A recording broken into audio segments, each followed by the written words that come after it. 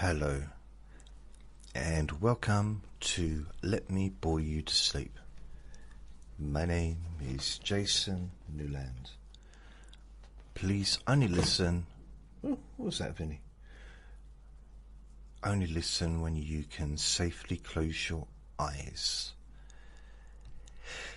Now, this recording is... Wait a minute. Could it be? It might be. Yes, it is. It's Trivia Tuesday. Trivia, trivia, trivia, trivia, trivia, trivia, trivia, trivia, trivia, trivia, trivia, trivia Tuesday. So, hello. Welcome. Now, I do have a website. I keep forgetting to remember this one. I've got a website called jasonnewland.com, and every time I do a new Let Me Bore You to Sleep, I upload it to that website. I upload all 6 versions of the recording, so you're welcome to download all 6 versions free. Also, what else? I share my recordings on all the major podcast apps, Spotify, Apple Podcasts, and all the other ones. Plus, I also share my recordings onto Instagram and TikTok. And I've got a Facebook group called Jason Newland's Boring Group. Yes. Today is the 4th of August 2026. It's Tuesday and it's 5:27 p.m. It's been a very hot day, and I've only took him out once this morning because of the heat. I'll take him out again when I've done this. So I'll take him out for a wander. We have done very little. But saying that, I did make a recording this morning. I did a Let Me Bore You to Sleep one as well. Just doing like a catch up of what's going on. And then that took a few hours to record, edit, upload, share, process and all that stuff. So I kind of have done something. But I've also been relaxing. So, what I'm going to do is I'm going to go to ChatGPT and put Trivia Tuesday time. See what it comes up with. I spelled Tuesday Tuedsday. Tuesday.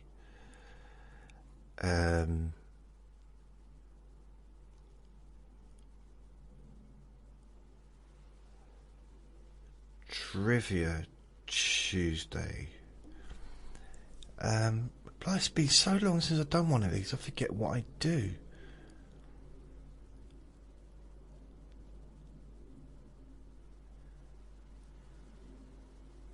So it's giving me things like, why do we yawn, the strange history of toothpaste, animals that glow in the dark, why popcorn pops.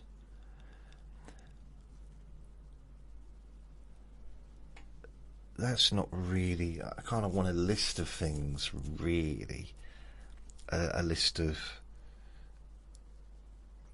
The secret life of pigeons.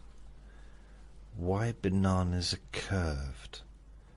The history of socks. How maps changed the world. The science of rainbows. No, rainbows are magic, nothing to do with science.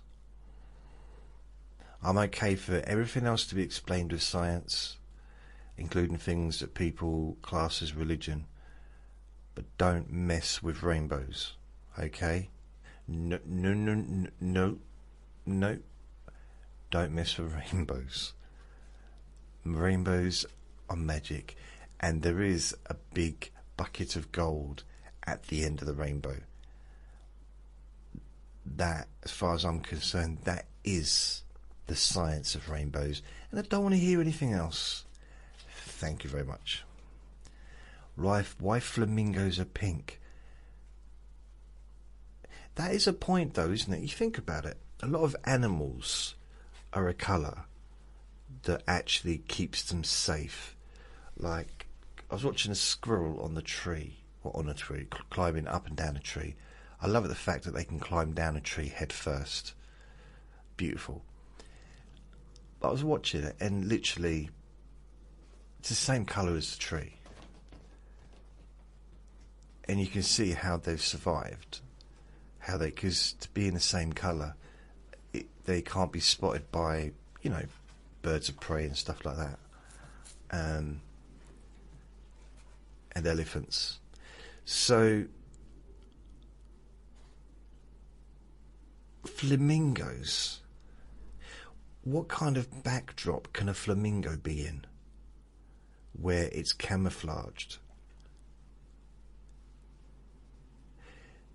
But then in a way, if they all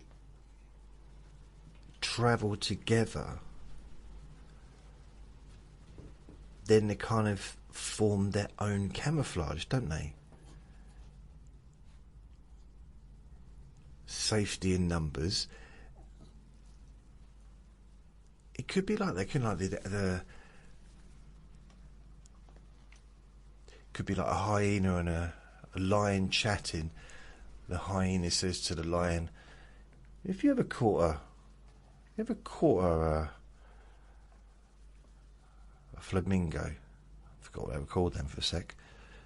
Vinny yawned and threw me off for a second. And the lion doesn't answer. So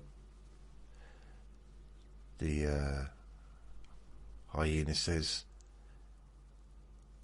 "Have you ever caught a flamingo?" Again, the lion doesn't answer. So the hyena thinks he's being ignorant. And he calls over one of his friends and says, "Oi, Herbert, he's an ignorant one. I just asked him a question, he didn't answer." And his friend Herbert said, "What did you ask him?" And I said, "I asked him, has he ever caught a flamingo?" And his friend Herbert said, "Well, you know why he's not answering you?" And Horace is the other one's name, he said, "I don't know why." He said, "Because he's a lion. He doesn't speak hyena. Different language, different species."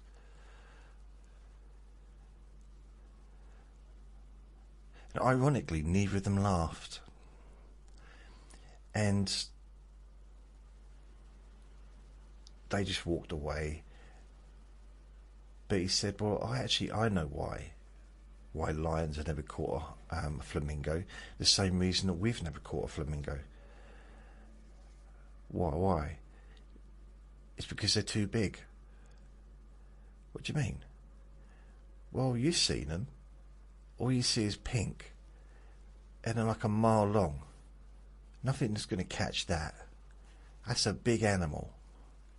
Because they just see it as one big thing, not individual, you see. Plus, they're big old birds.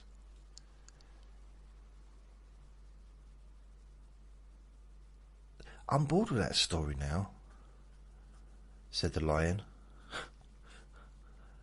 The lion sort of went over to his friend and said, "Those hyenas, they think I can't understand what they say, but you know what? I just don't want to talk to them. They just keep going on and on and on about flamingos all the time. They don't stop. Why have you ever not caught a flamingo? How come you don't wear stilettos anymore?" Like just they keep going on and on. They're obsessed. They really are. And the lion's friend didn't say anything. If they just stood there. And the lion said, "You look scared." And he said, of course I'm scared, I'm a rabbit. I think you might eat me. And the lion said, no, I wouldn't eat you, you're my friend. Plus, I'm not feeling peckish at the moment. Well, that's good. Can you please let me know when you are hungry? And the lion said, of course I won't. What's the point in telling you? Because you'll only run.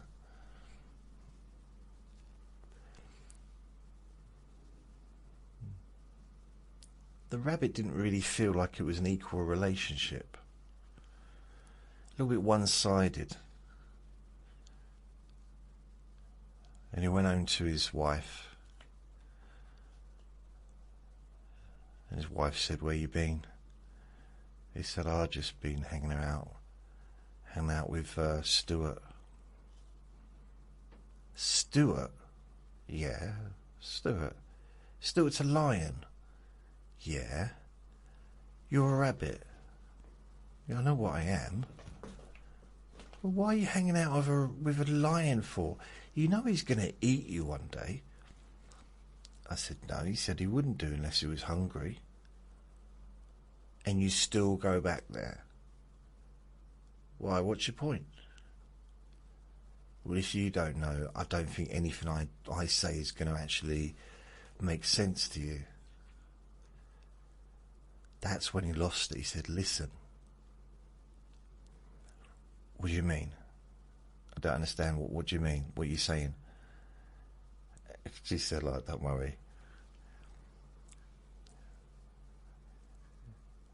And then he said to her, he looked her in the eyes and he said, listen, did the Amazon delivery come today? And she said, yes. It's in the cupboard. He said, which one? She said, we've only got one cupboard. He said, okay, fair enough, that's true. So he went and got it, opened it up, and he was so excited because it was basically ABBA's greatest hits on CD. He was so looking forward to getting it. And he remembered, he thought, I saved up so long for that. Imagine how brilliant it'll be when we finally get a CD player. Now the hyenas were listening on this. They were actually out the window listening, and they did start laughing. And his wife said, I can't believe you brought the hyenas home. It's one thing hanging around with a lion, but those hyenas have got less self-control. You led them home. What about our kids? He said, we haven't got any kids. She said, well, yeah, but what if we had kids? He said, but we don't. She said, that's not the point. Why are you always back-talking me? Always talking back? He said, I wasn't talking backwards. She said, no, back-talking. Yeah, back-talking is talking backwards. No, it's not. It's talking back to me. It's answering back. But answering back, isn't that a conversation? She said, well, sometimes, but not if it's something I don't want to hear. And he said, that's it, I want a divorce. She said, you can't have a divorce. He said, why? Because we're not married. We're not married, are we? We're living in sin. And he said, anyway, I'm leaving you for your sister. And she said, I don't have a sister. He had a tantrum. He said, why can't anything work out for this story? You know, all my arguments just fall apart. I mentioned my kids, we haven't got kids. I mentioned my sister, we haven't got a sister. And she said, no, I'm the one that mentioned the kids. Oh, I'm confused. She said, I know, you get confused so easily. He said, it's not easily, it's you. It's almost like you're planning to confuse me. Why do you think I spend so much time with a lion? I'm a rabbit and I spend my days with a lion because I feel more emotionally safe there than I do at home with you. At least a lion doesn't lie to me. Yeah, he does. He's always lying. That's why they're called lions, because they lie. He said, is that true? The hyenas are laughing again at the window. Actually, one of them's looking down the chimney now. Don't know why. That was Stephen. The hyena is Stephen, always looking down chimneys. It was a thing he had. No one understood it. No one in the whole area understood why he was obsessed with chimneys.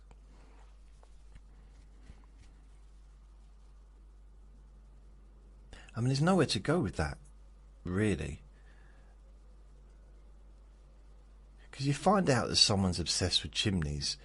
I mean, literally, imagine in your life, you walk up, you speak to someone, and they seem perfectly nice, and then they just say to you, look you in the eye and said, I love chimneys. It kind of, it ends the conversation, really. It's not a, where do you go from there? I mean, you could ask, well, what do you like about them? What's so fascinating about chimneys that makes you stare down them for hours and hours at a time? What's so amazing that makes you want to tell people, tell complete strangers about your obsession? I don't know, I just like them. Oh. The story behind everyday buttons. Should we do that one? The story behind everyday buttons. So maybe this is going to be a trivia of just random things. Let's look at this one first. Okay, so go ahead and do it.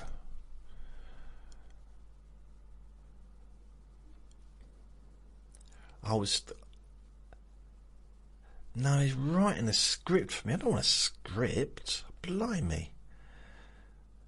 Okay, this is not good. Give me 10 facts about famous farts live on TV.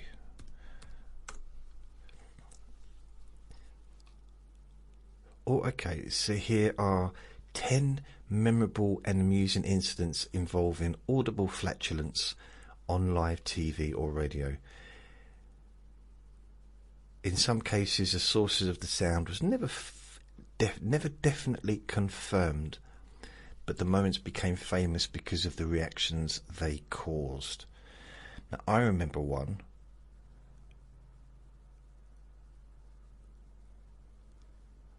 Wow. Yeah.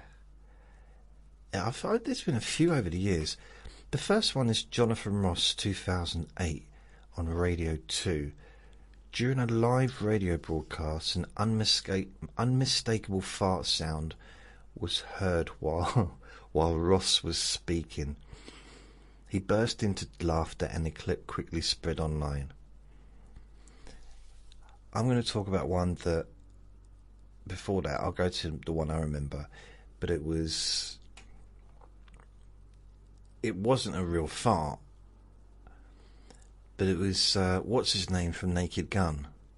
No, the actor from Naked Gun. And the Files of Police Squad. Leslie Nielsen, that's it. And he was on the Wogan show. This was about 1987. And the Wogan show used to be on pretty much every night of the week, Monday to Friday at 7, I think. And there'd always be famous people on there. It was on for about half an hour, maybe an hour, I don't know. But anyway, Leslie Nielsen was on this occasion, and he just started farting. and the audience were laughing. Everyone was laughing, but it was a little fart machine, like a clicker or something. But it was just funny. I don't think Leslie Nielsen was laughing. He just played it straight like he did in the movies. But that I was 16, so I didn't. I'm not saying being 16 made me susceptible. Well, maybe it did make me susceptible to believe it was true, but I found it hilarious anyway. That's when I found farts funny, not like now. I wasn't as sophisticated as I am now. The next one's Paul Gascoigne. He is a very famous footballer in the UK. This is 2010 ITV interview. During a live interview, Gaza, as is known, appeared to accidentally let out a fart while while shifting in his chair. The presenter struggled to keep a straight face. It is the best farts are not the ones where people like do it and make a big deal of it, and everyone like it's when they try and cover it up, I think, or perhaps when they haven't even noticed they've done it. But especially when you feel that they know that they've done it, but they're pretending they haven't. That is super funny to me. So Judy Finnegan, Richard and Judy. Judy jokingly admitted to passing wind during a live broadcast. The light-hearted confession became a favourite TV blooper. Okay. Kelly Ripper. Well, that was a good name, isn't it, for someone that farts? Kelly Ripper. She let rip. Live with Regis and Kelly. Kelly has joked on air about accidentally passing gas during rehearsals and live television, leading to plenty of laughter. Number 5, Joe Biden. Campaign event, microphone accident. I think I remember that one, I'm not sure.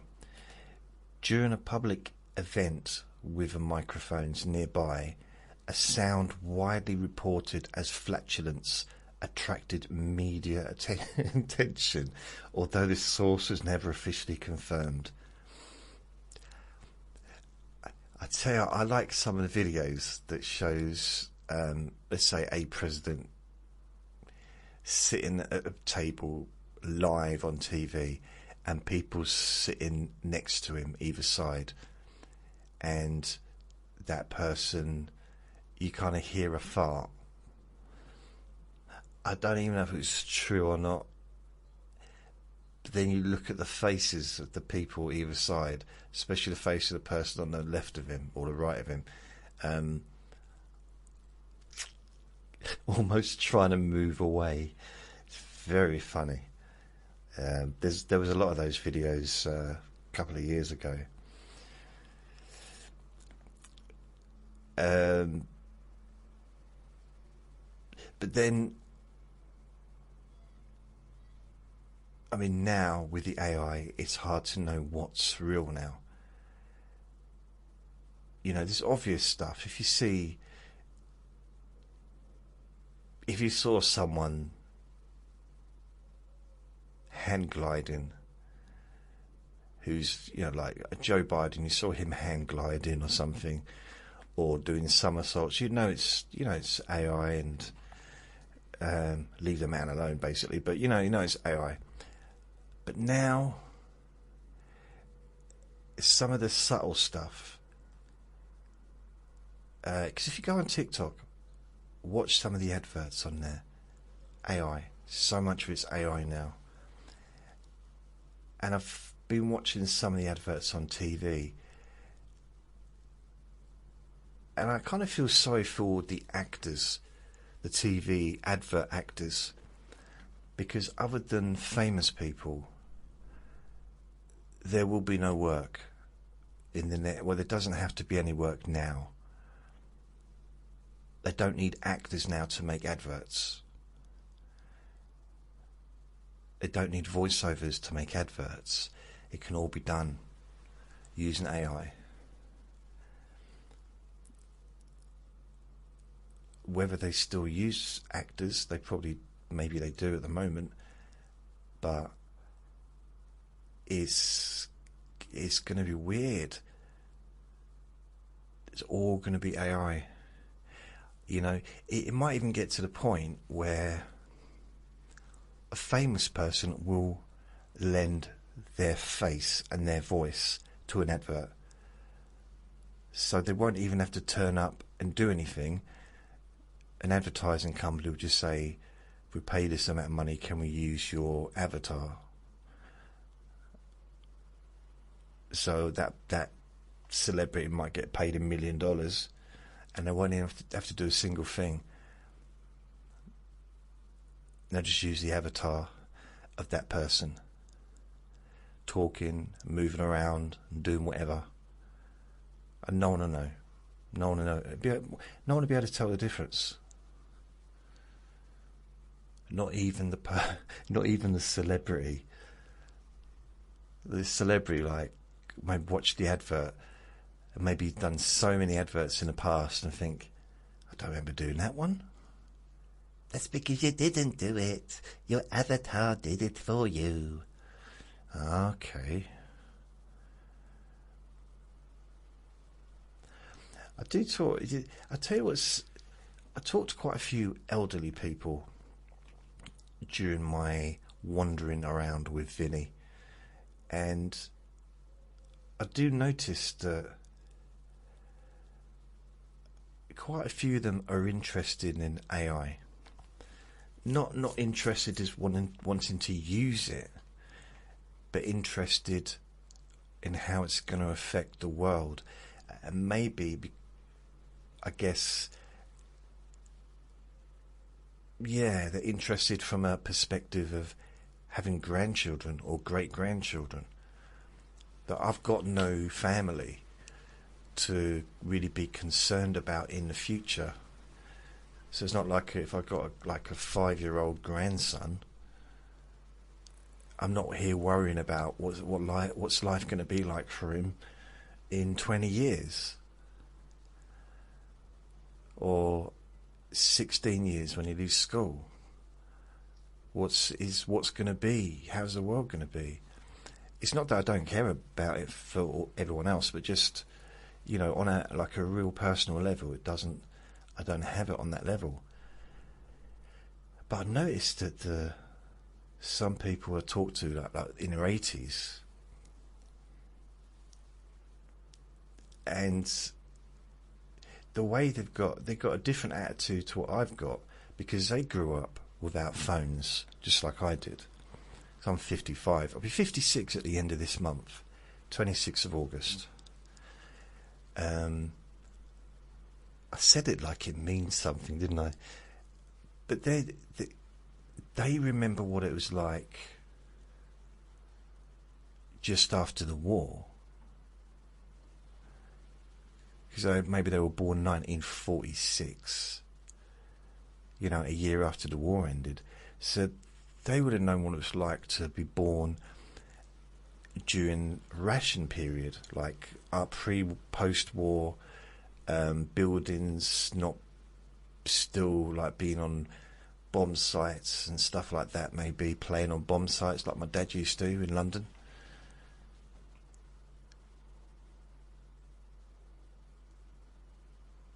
They can remember what it was like when there wasn't loads of cars on the road, because you had to be fairly doing pretty well to own one car per household, not like 3 or 4. You know, it's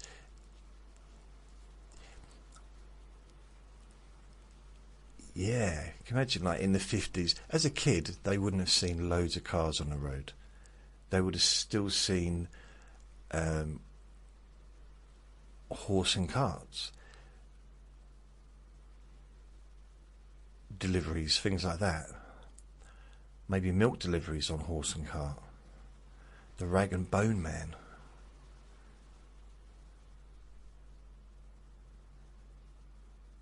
I mean, cars were around, but they weren't, in England. I think cars were a luxury in the 40s, in the late 40s. It was a big luxury. Maybe in the 50s as well. In the 60s, it was more, because 60s, I think, from what I understand, was a much more quite a good time economically for people. I might be wrong. 70s as well. Not 70s. 70s was a weird time. It was a weird time, but if you had work, then you was okay in the 70s. To a degree. It's just there was like huge amounts of strikes going on. So if you weren't working for a company that didn't go on strike, then you were doing all right, because then you'd still be getting paid and all that stuff. And my dad always had work, so because he was an electrician, so he had his job plus he worked for himself as well. So he was always okay all the way through his life since leaving school. Once he got his trade. So he didn't have to rely on a job, like one place, because he did work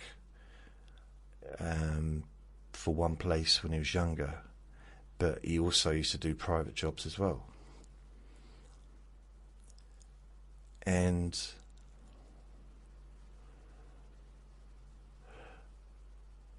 But that was in the 60s. In the 70s, he was still kind of doing that, but then he became self-employed in the 70s. I think, like full-time. I lose track, but... When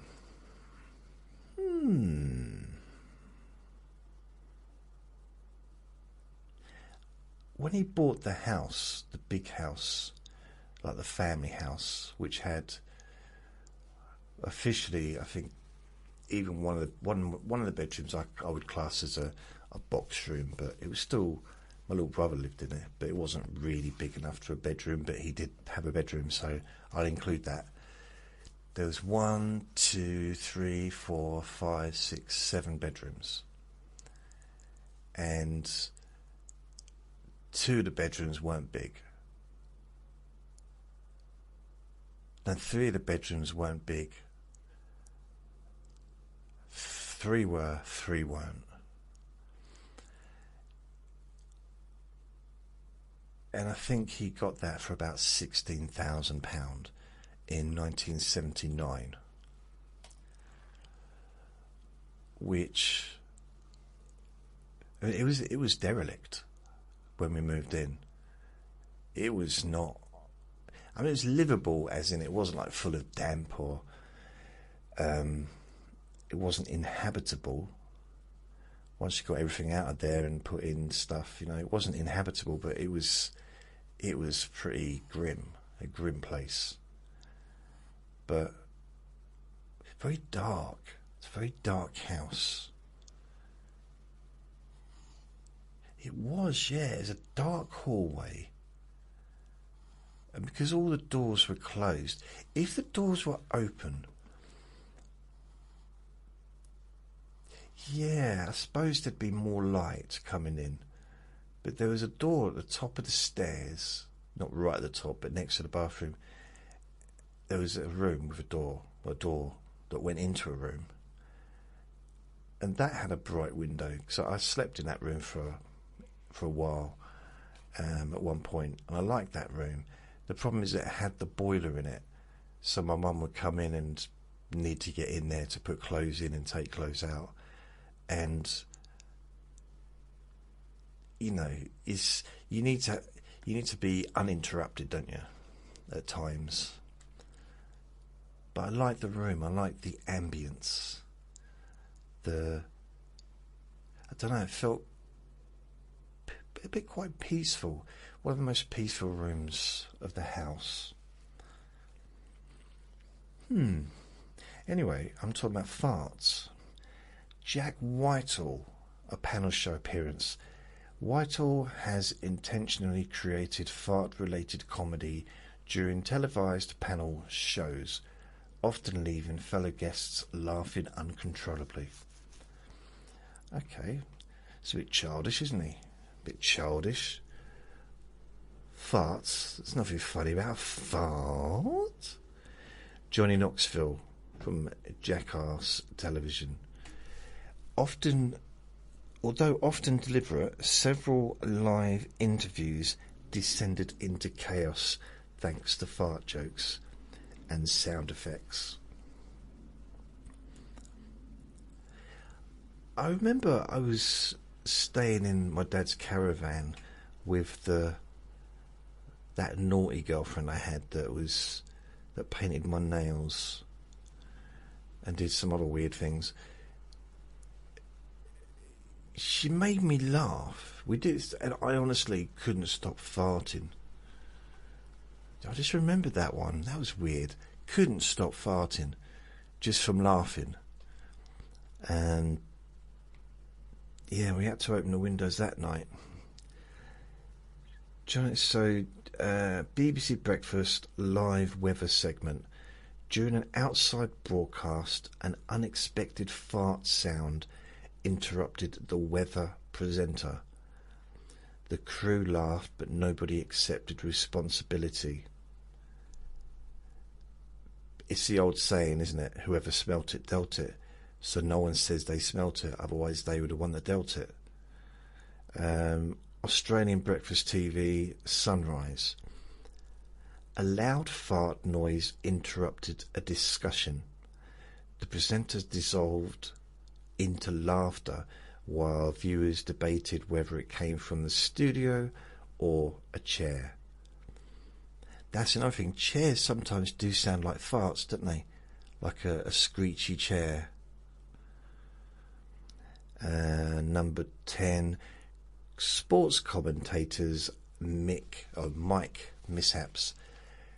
Over the years, several live sports broadcasters have featured accidental fart sounds picked up by a sensitive pitch side microphone. And the commentators usually carry on professionally while clips later become internet favourites.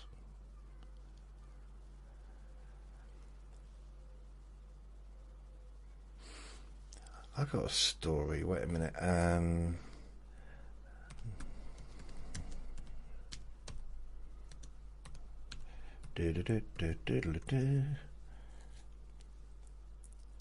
So, when I fall in love, it will be forever, or I'll never fall in love. Oh, what's going on there? In the morning, I can feel it. Right, that's not what I want.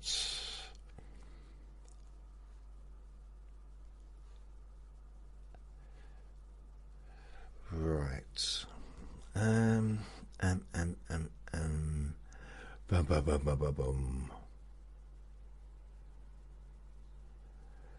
Yeah, there was a scene in Naked Gun where he goes to the toilet with the microphone on and does a wee-wee at like a big event, and everyone can hear him in the audience. My friend did something like that when we was on the phone to someone, and we were both on the phone. There was two phones, we were both talking to this person, and he went upstairs and went to the toilet. Now, I don't know who did it first.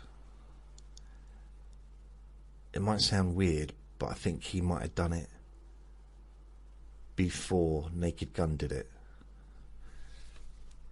Either that or he just copied Naked Gun. The thing is, being a big fan of the Naked Gun, I'd have seen the Naked Gun before, so I wouldn't have found it as funny. I found it hilarious that when he did that, and so did the other person talking on the phone. So, yeah. When was it released? December the 2nd, 1988.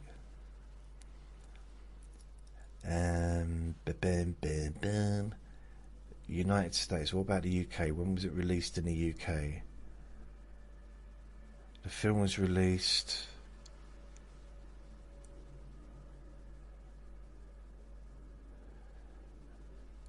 I mean, it might be the same time. It doesn't say. Apparently Bo Derek was originally going to be playing what's her name? Presley's Elvis Presley's wife's role that she played in Naked Gun. She was brilliant in that. It's really, isn't it weird? I don't know if you feel the same, but the idea of somebody else, no matter how good that other person is, playing the role of someone that did it almost to perfection, just seems like, no, it wouldn't work. When in reality, it probably really would have worked. It may well have worked better. There's no way of knowing. But can you imagine anyone else but Leslie Nielsen in the Naked Gun films? At that time, I mean. But then, you probably, if you'd have got someone...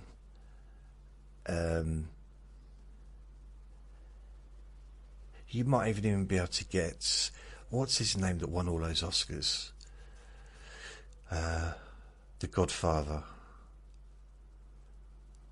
Marlon Brando. Actually, Marlon Brando was quite old. He probably... I don't know. I mean, so was Naked Gun. But you could have got someone...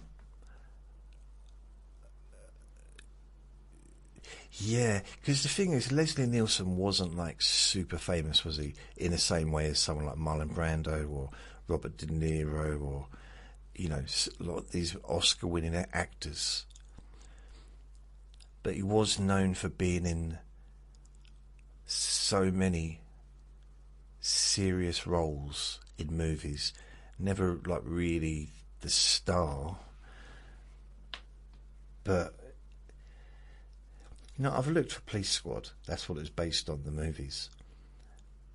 It's really hard to get hold of them. You can get lots of clips on YouTube. But the actual TV show is better than the movies, in my opinion. Very, very funny. It was 1982. Was that before or after Airplane? Probably after Airplane, because it's the same people who wrote Airplane. So it was Jerry Zucker. It's 76 now. Wow, his first movie was a Kentucky Fried Movie. He was the writer, but he didn't direct or produce it. Airplane, he did everything. Top Secret, he did everything. Ruthless People, director. Naked Gun, yes, writer. Ghost, director. What Ghost? As in Patrick Swayze. Wow. Who else was in there? Patrick Swayze and... was it Demi Moore? I tell you what. I'll tell you something about Demi Moore. She's only 63. Can you believe it? She's been around forever. You'd think she was like 75 or 80. 63. She's literally, what, 8 years older than me. I fell in love with Demi Moore. Not when she was famous. And I didn't enjoy all the changes she was doing to herself. It's up to her what she does, but I didn't find it improved how she looked, because I thought she looked perfect in... Oh, come on. It was one with Sean Penn, We're No Angels, I think. And it was about We're No Angels, 1989. Oh, it was 1 year before Ghost. She was in St Elmo's Fire as well, so she's already famous, wasn't she? But I never saw St Elmo's Fire. We're No Angels is Robert De Niro, Sean Penn, and her. I'll click on it, make sure I got that right. Yep. Robert De Niro, Sean Penn, Demi Moore. Demi Moore wasn't even. She was like right at the bottom of the list of stars on that one. But I kind of fell in love with her a little bit. I wanted to marry her, and I wanted her to have my kids. I mean, I liked The Ghost, but not because of her. I just didn't like... You know, in some ways, I like Patrick Swayze, Roadhouse, you know, as a tough, strong, manly man. Obviously, Roadhouse is my favourite movie. It is actually one of my favourite movies, but all the other stuff is silly. So I loved him, but I loved her emotionally. You know, I loved Demi Moore emotionally, so I didn't really want him touching her. You know, when they do that scene with the old pottery wheel. But then I thought, well, he's a ghost. He can't really do any much more what he's doing there, so give it to him, you know. Let him have his moment. And I was okay all the way up to then. I was all right, fine. Then Indecent Proposal came along. I was not pleased with that, because, well, obviously I loved her, and the idea that Robert Redford would, I struggle to even say it, but Robert Redford offering her like $1 million and stuff, you know, to do, you know, whatever he wanted to do, like, no. And Woody Harrelson going along with it. Now, Woody from Cheers wouldn't have allowed that. He'd have been confused for a bit of, you know, like, what do you mean?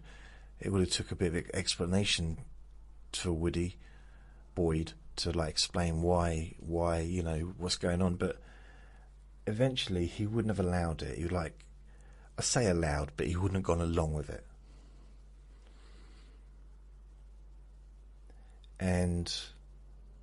But then Robert Redford is a very famous actor, very famous, you know what I mean? But she didn't need the help, did she? Because she's already famous. It's not like she thought, well, maybe if I kind of start dating Robert Redford, I'll get to meet some of the big wigs in the industry and get seen on a red carpet at events, and maybe it will help raise my profile as an actress. Because she's already there, wasn't she? I mean, she'd already... I don't know, I think she was already very famous. So why would she... I guess that there might have just been a natural attraction to him. But then she was married to Woody. Woody's lovely, wasn't he? He's gentle, it's funny, a little bit clueless, but you know... I'll be honest, I never really saw them two together though. When I was watching the movie and it turned out that Demi Moore was married to Woody, from Cheers. It's like, no, this is silly. It just didn't seem right. But then my opinion changed, because, let me have a look. It's weird how your opinion about a person can change by, I guess, what they do in life, because, 1993, indecent proposal. So in 1993, he was married to Demi Moore. But the next year, only the next year, he was a serial killer who went on a killing spree in Natural Born Killers. Like, I didn't see that coming. I didn't expect that from him. I was very disappointed. And it's like, I didn't at the time, I didn't think I could forgive him. Because I realised he was upset from what happened and how what Demi Moore did with Robert Redford. I understand that got to him. It peeved him off, but to go and do what he did in Natural Born Killers was just a bit too much. But then I think he kind of made up for it a little bit, because he made me laugh in Kingpin in 1996. And I think it was nice that he took up bowling. And also because he'd lost his hand, I kind of felt, sympathy and, a bit for him. I still love Demi Moore, but, he kind of like, it's almost like he'd gotten it out of his system, got the anger was gone.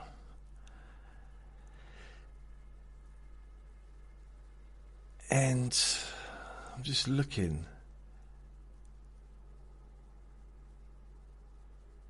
Yeah, it kind of came back a little bit. He did a few little bits of some stuff and everything. Not little bits to him probably, but. And then he was in No Country for Old Men. And he kind of returned to his old ways of being a bit naughty.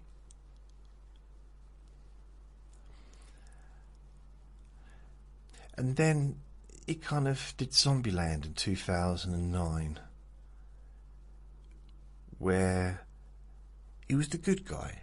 It was kind of a mixture of like, because what he was doing was to zombies, so it kind of didn't matter. I watched not The Naked Dead, The Walking Dead. I watched The Walking Dead for what seemed like decades of my life. It went on for a long time. And it just made me wonder, because as the seasons went on, they kept meeting new groups of people, didn't they? I don't know how many different groups of people they met, but there was lots and lots, and they all had their own name for The Walking Dead. Did you notice that? The Creepers, the Eaters, the Sneakers, the Crunchers, the Smellies, the all different. Not one zombie. Not one of them came up with the idea of it being a zombie.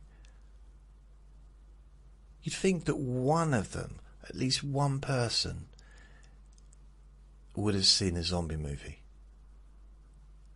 Or at least seen Michael Jackson Thriller video. But not one person. That's what it didn't make sense. And I remember saying this to a friend, and he said, so that's the bit you found hard to believe, yeah? That's the bit you find most hard to believe. That was the most unrealistic part of the whole thing, yeah? And I thought, well, that's a bit rude. You haven't got to go out on me. You haven't got to have a go. Seven Psychopaths. Again, he went back to his old ways. But then he was in Hunger Games, and he was quite nice in that. It's just hard to kind of keep track of him. He's a bit up and down. I don't know what he's in these days. The crackling of the dodos is in the middle of filming that. How old is he now? He's got to be in his 60s, isn't he? Woody Harrelson. Was he in his 60s? 70s? What do you reckon? 65.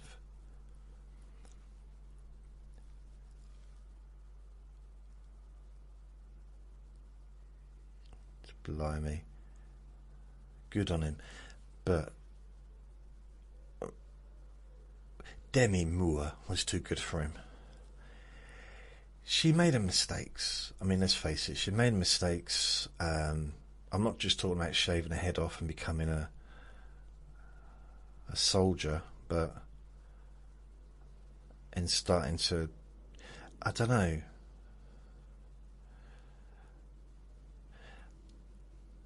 I loved her.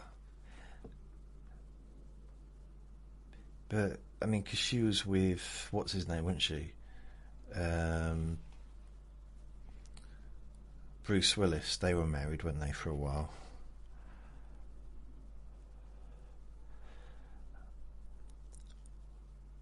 But I never... She was paid $12.5 million for her role in Striptease.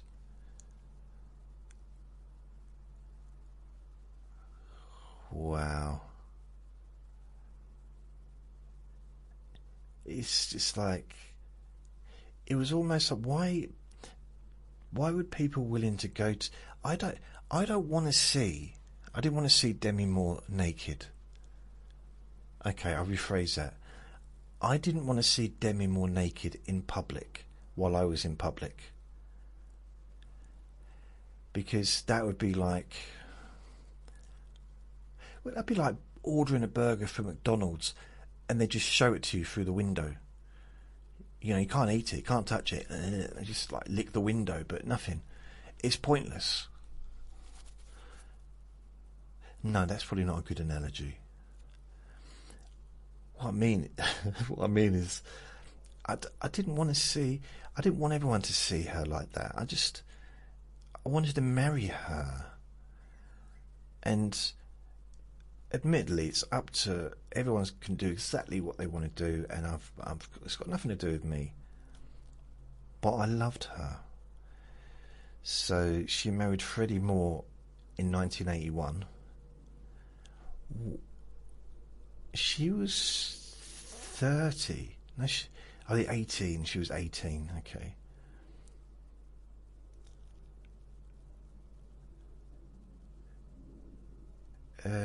Bruce Willis in 87. They had 3 daughters. Ah. And then they were together for 7 years. Oh, cool. But I just thought, well, they're together. I'll wait. You know? Because in 87, in November 87, I was 17. And I figured, well, I'll wait. You know, it might not work out, and then I can marry her. But it's hard to do that when the love of your life lives in another country and they're famous. And it's hard to sort of talk to them and sort of declare your love when they have security guards. You know, it's 2003. Demi Moore began dating actor Ashton Kutcher. She became pregnant, and why are they putting that on there? Just put the nice stuff. Blimey. I like Ashton Kutcher. In Two Men and a Baby, I like that one. I like that TV show where he was in. I just think he was good in that. A Few Good Men in there. She was in something recently, The Substance. I didn't watch it. I watched the beginning of it. She was in Charlie's Angels Full Throttle. Really? Who did she play there? Starring... Oh, it's produced by my friend Drew Barrymore. Was she the baddie in that? Thing is, the Charlie's Angels, sequel to the 2000s Charlie's Angels. See, I don't... Was it filmed in London, Charlie's Angels? Because I met Drew Barrymore during that period. No, you didn't. Yes, I did. Yes, I did. Yes, I did.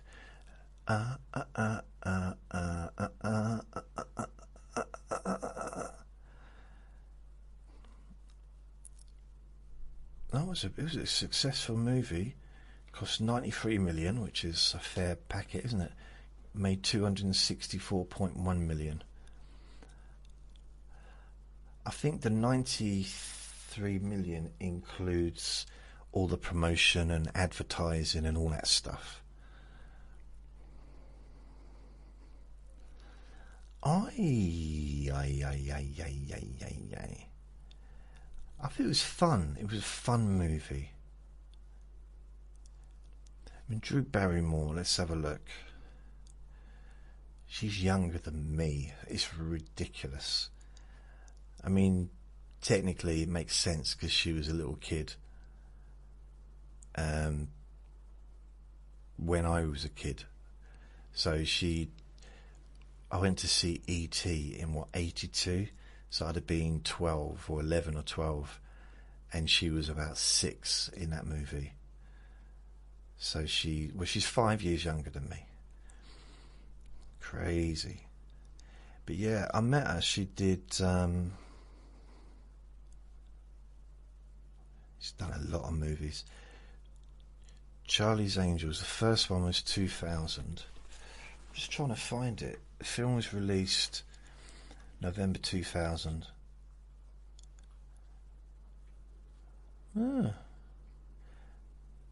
Maybe. No, but it was released in 2000, but it was made in 1999, wasn't it? Obviously, so that's the thing. Where was it made? Where was it made? Was it made in London? Where was it made? Production company, Flower Films, Tall Tree Productions. Ooh, where was it made? Right, no. Oh, it also had like some big music on it as well, didn't it?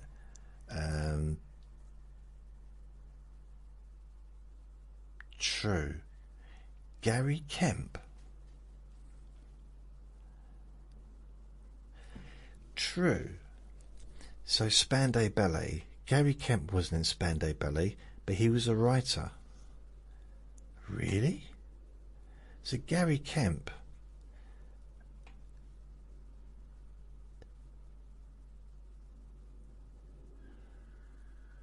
Because his brother, because he's a twin brother, wasn't he?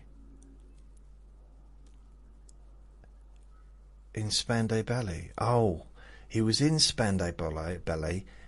I didn't realise he wrote some of the songs. He wrote the lyrics and music for all 23 of Spandau Ballet's hit singles. I had no idea. Honestly, didn't know. Genuinely did not know. So he'd have made more money than all the other people in the band. Now Martin Kemp is more famous in the UK because he's also an actor, and he was in EastEnders and been in movies. He was in the Cray Twins movie, and then Tony Hadley was the lead singer of Spandau Ballet. Gold, all that you did in this show. I had no idea that Gary Kemp, and I've already said that, but I'm not surprised then, like, in the sense of, oh, I thought he was just, just background fodder. No, I didn't mean it like that. I mean, I just didn't know. I did not know that he was so integral to the band. Because from a visual perspective, you've got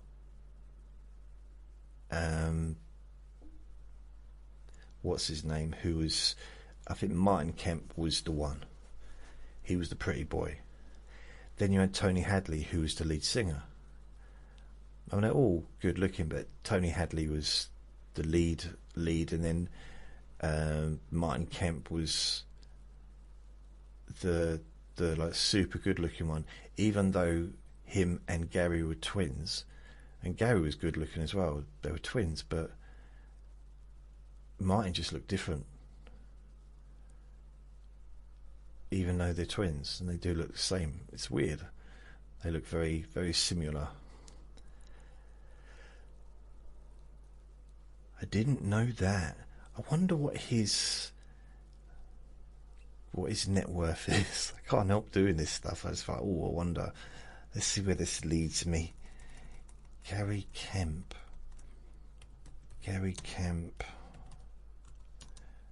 Net worth. 12 million, between 8 and 12 million. He was a guitarist for Spandau Ballet. And I mean, you think every time a Spandau Ballet song is used in a movie or for an advert or on a television program, he's going to get paid. And depending upon the contract, he might be the only one that does get paid. I think that's crazy. I know I've talked about this before, but East 17 was a band in the UK that was really big, like huge band, boy band, and this was like in the early 90s. And they basically had this competition with Take That. There was those that loved Take That who were like Squeaky Clean, and those that loved East 17 who were like Bad Boys kind of, image.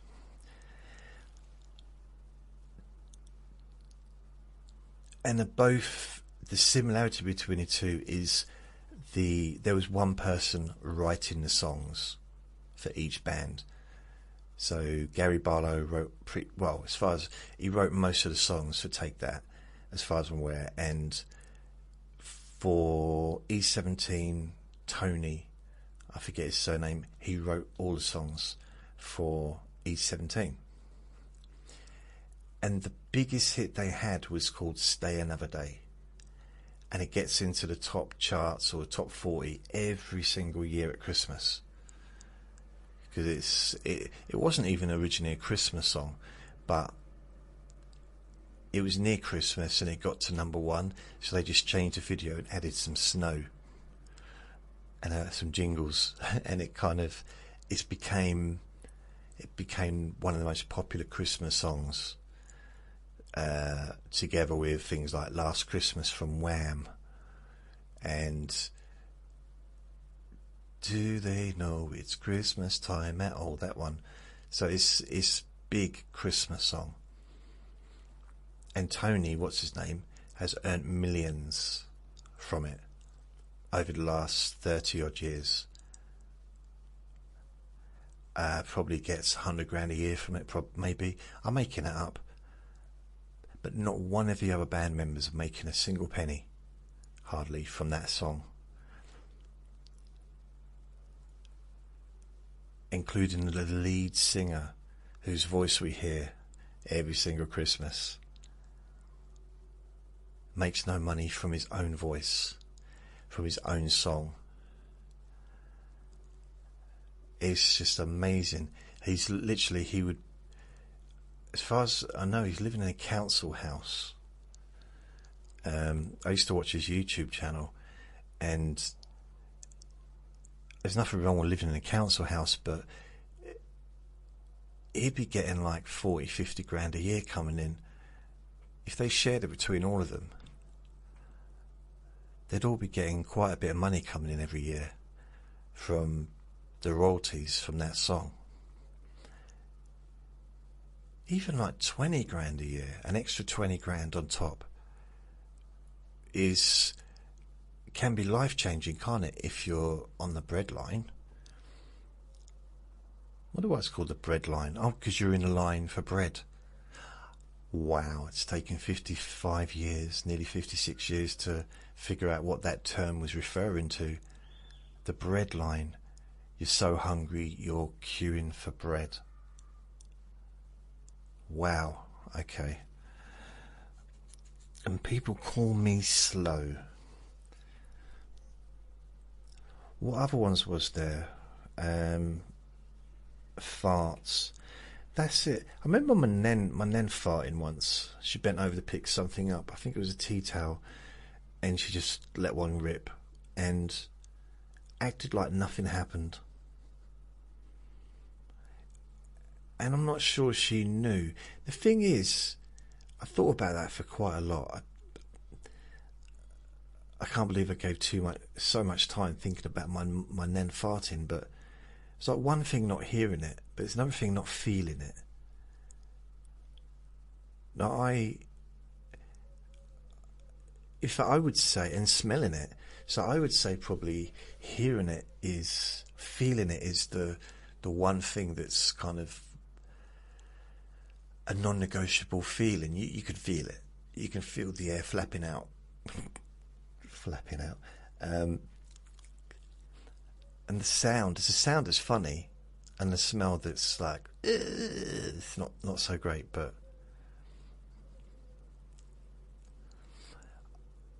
probably my worst fart I ever did, and I don't know, and it was really weird. I was hungry, and I was working in this factory making meters, and it was my lunch break, so I went round the corner to this cafe.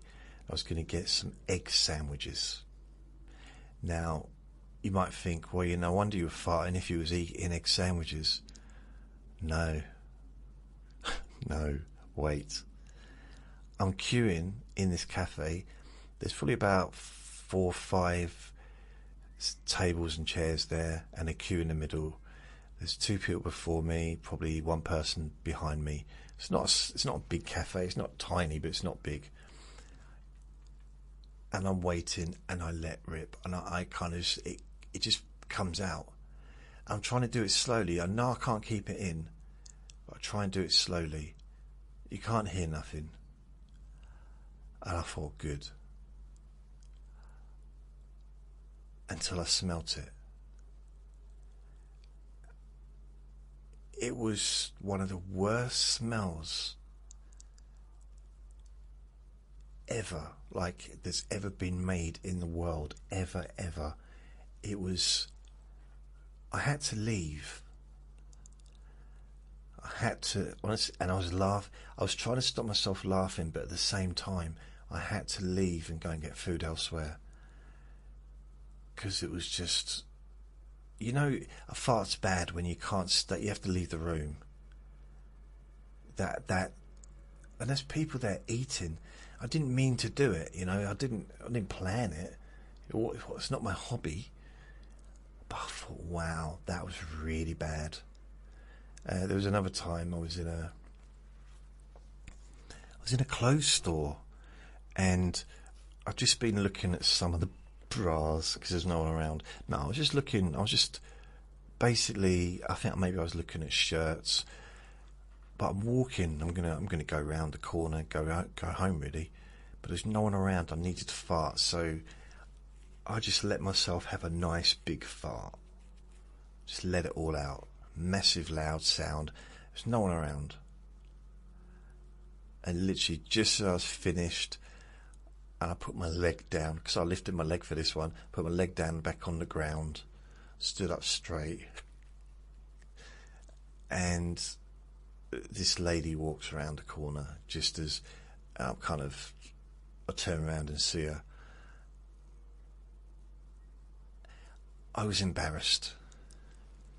I didn't know really what to say. I mean, there's no reason for me to say anything, but she looked at me and all I could feel was a sense of disappointment.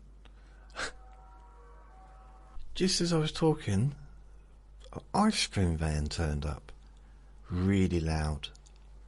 Like that. So yeah, a look of disappointment on her face. She's like, okay, that's a very familiar look.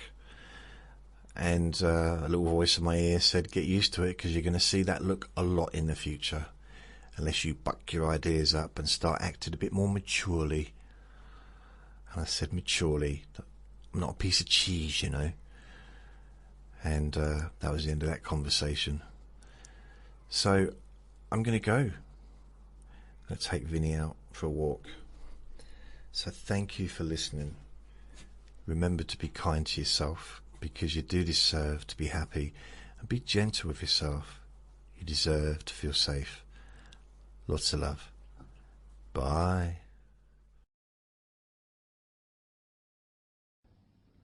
Relax in a more deep and meaningful way. Maybe in a way that can not just allow you to feel calmer now and throughout the time we spend together here, not just relaxed at the end of the recording when it's finished and you can enjoy that sense of comfort and peace, but also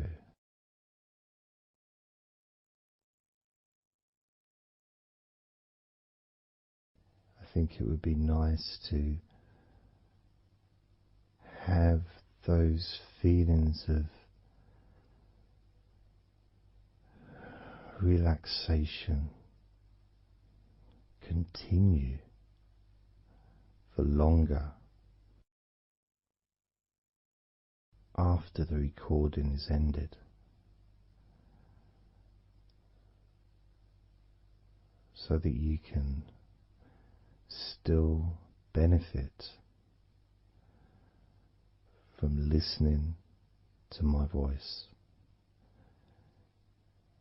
maybe in a few hours' time, perhaps tomorrow.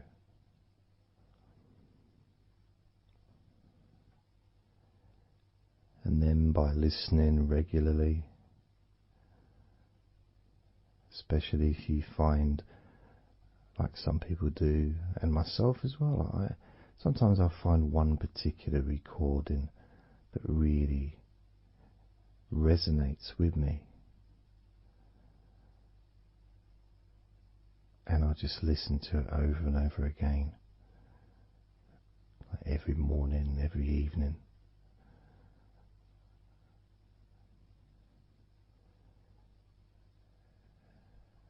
There was this recording from, we're going back to about 1999.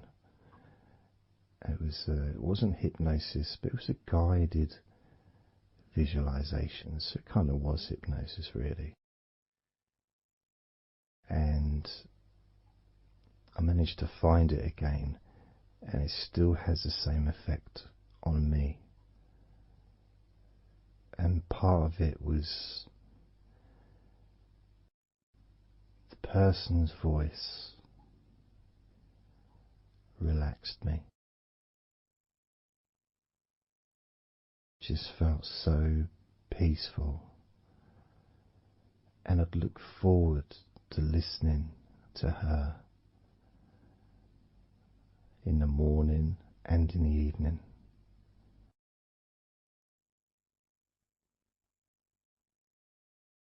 And I knew before even pressing the play button that as soon as I'd done that, pressed the play button, this was in the days of CD players, pressed the play button. In fact, it might have even been a tape recorder. I'd lie down on the bed and then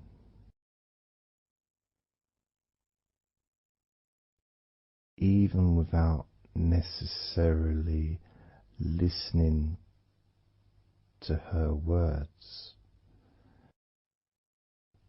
because I had them memorized really. It was as if my body knew exactly what to do.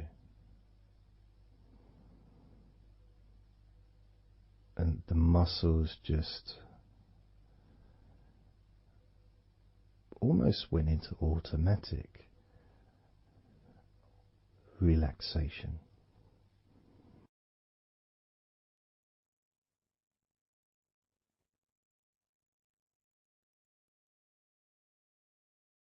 And I remember my mind would slow down.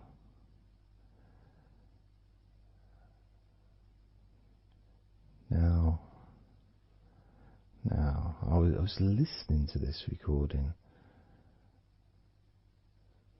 in the early days of learning hypnosis, and long before I ever made any videos or audio recordings myself, because I didn't start doing that till 2006.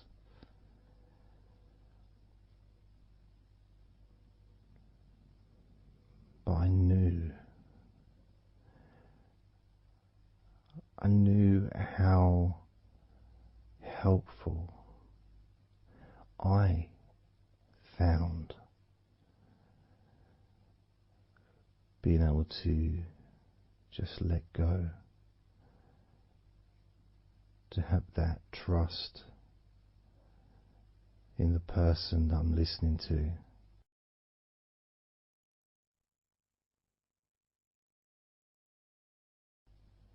Knowing that it's going to be just as relaxing, if not more so,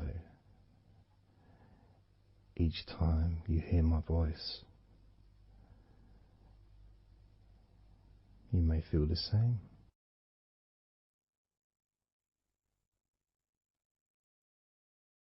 Some people have been listening to me for over a decade.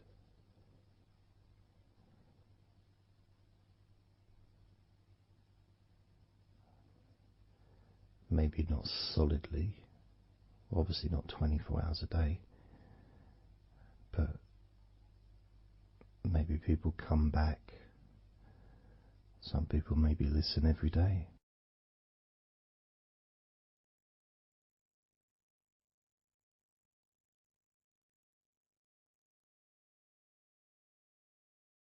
And something that I do, which you may not realize by listening, is when I record these recordings, now for example, I also am affected by the words that I say.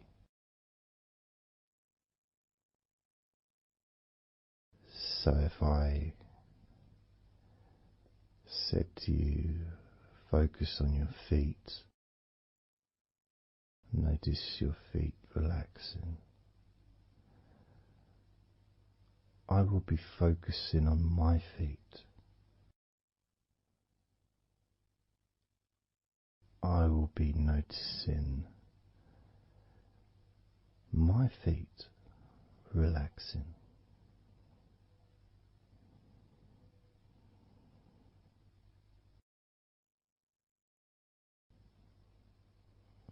I said, focus on your hands and maybe notice the difference between each hand. Perhaps notice the air in the room, the temperature of the room on the backs of your hands.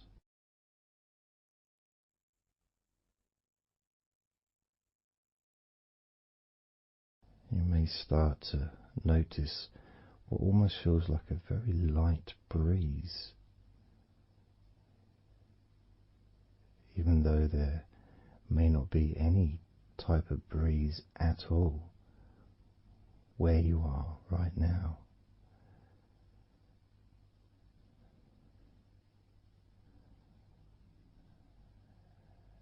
And as you become aware of your hands, I'm also aware of how relaxed my hands are feeling now.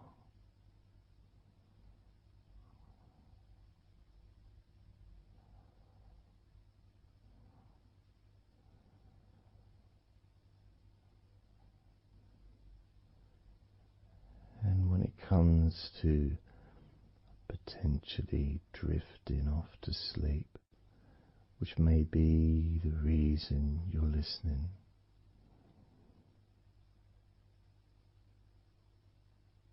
I also feel drowsy when I make these recordings. I also notice my mind drifting.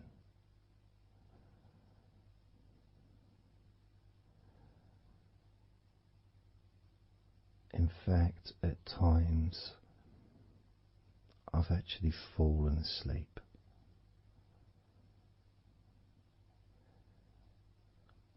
without even noticing. And then I carry on talking.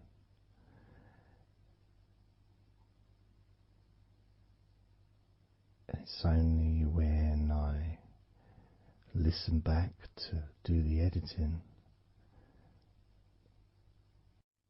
I hear snoring. And I think, I don't remember snoring. I remember talking. Is it snoring or is a pig turned up? That's what I sound like when I snore.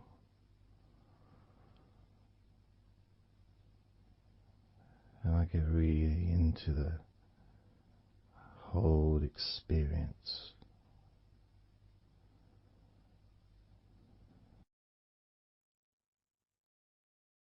I don't know how you feel.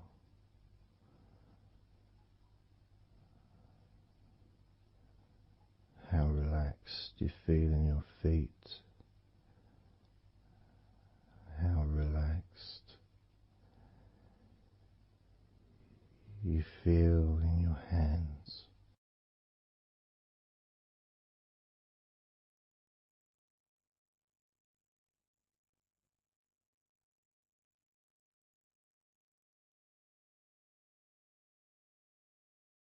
I have noticed more and more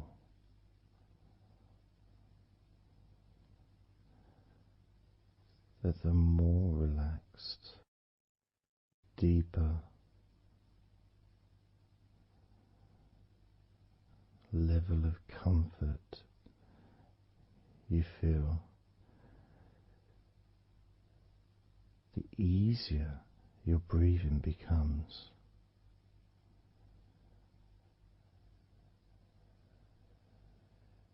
It's almost like that additional muscle relaxation This allows you to breathe easier,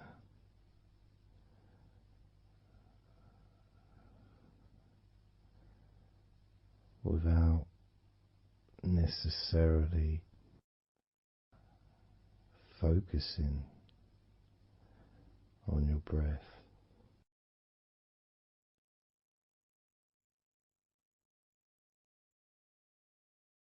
However, being able to notice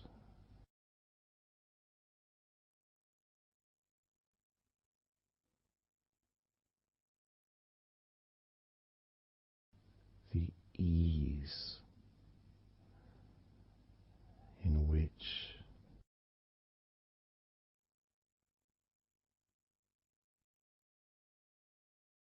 you breathe so naturally.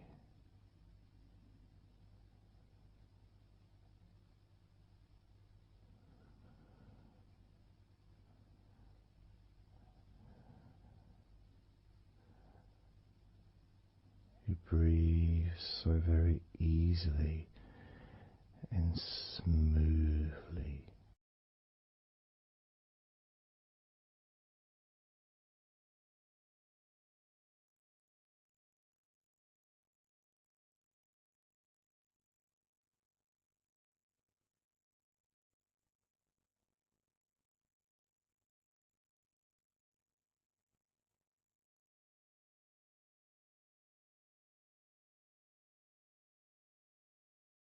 Whenever I imagine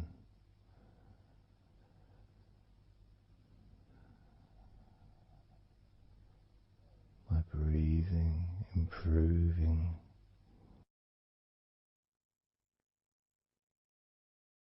when I've got my eyes closed,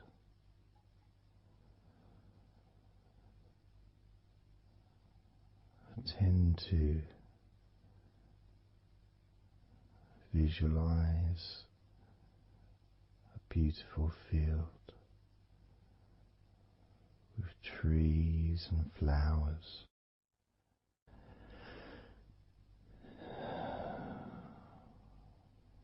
producing all that life-giving oxygen.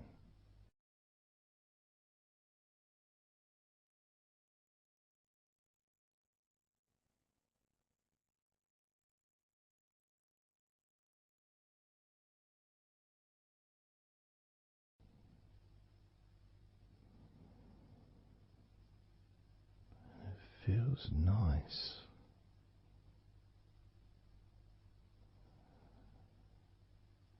to, if nothing else,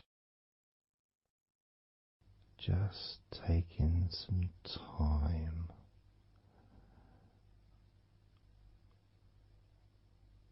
away from everything.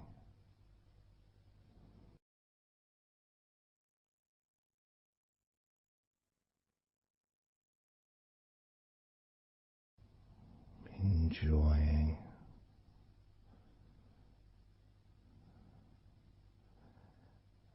that feeling of peace, serenity,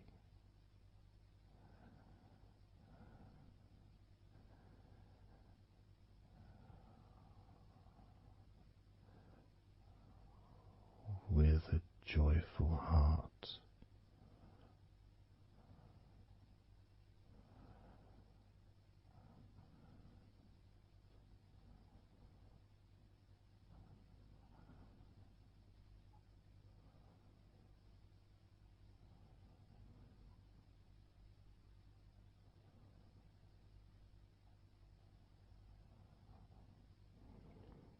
Time seems to just drip by so very slowly.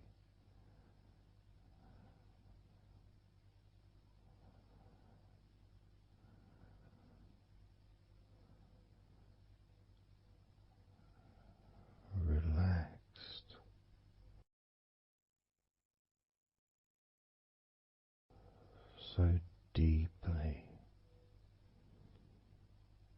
peaceful,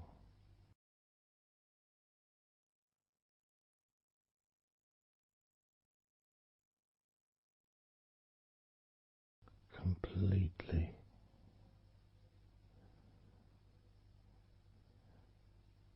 unattached to any thoughts whatsoever in this moment.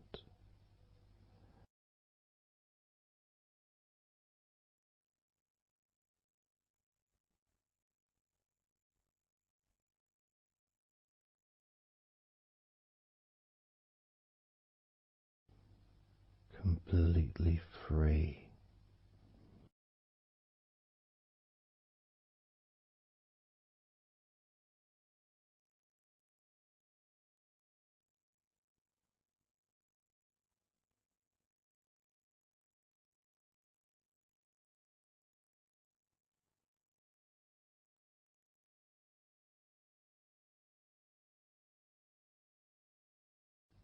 Noticing that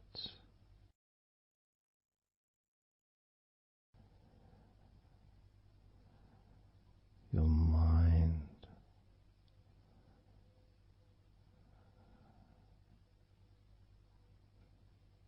has slowed down,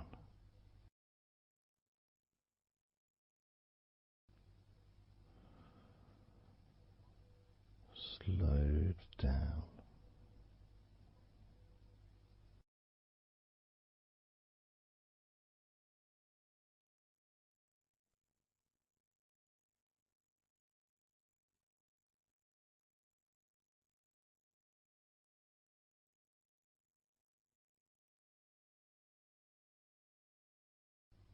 because nothing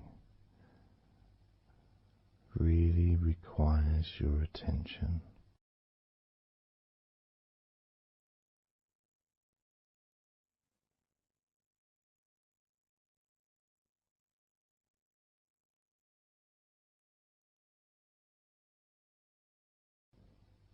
You can enjoy the physical sensations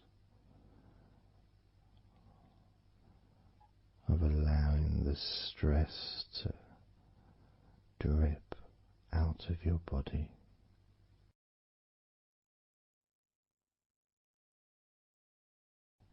dripping out of every part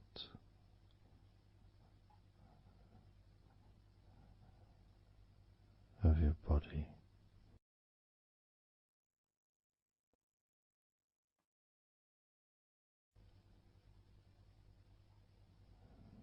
And being released from your brain and your mind.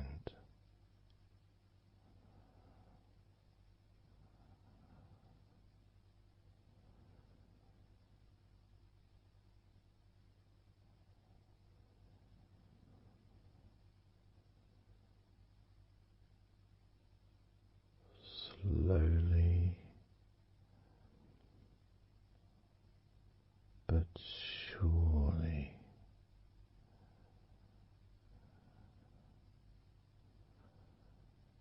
the muscles in your legs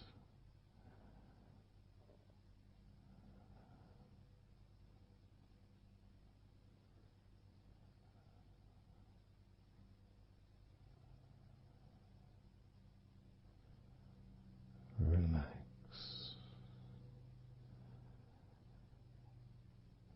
relax,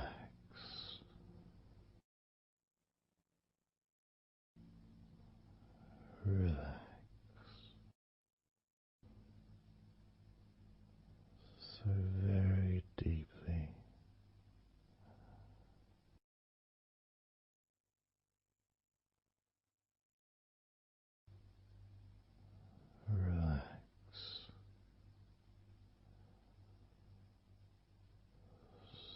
deeply.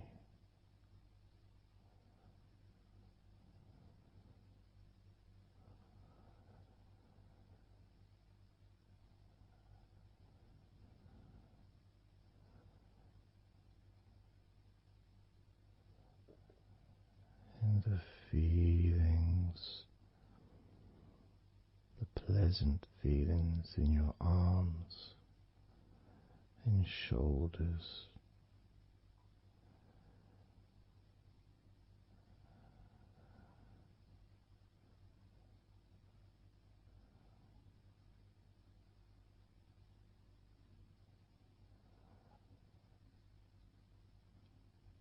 deepening each part of your body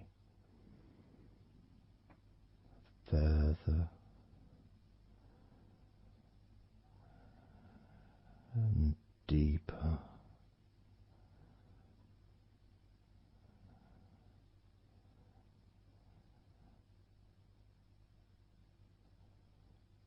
and deeper.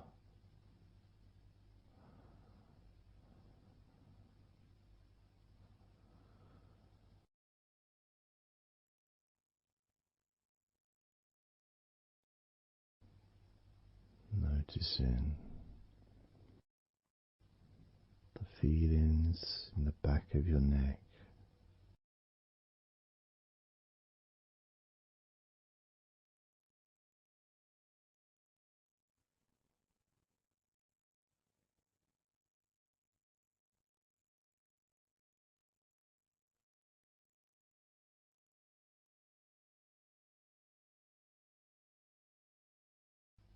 the feelings in your wrists,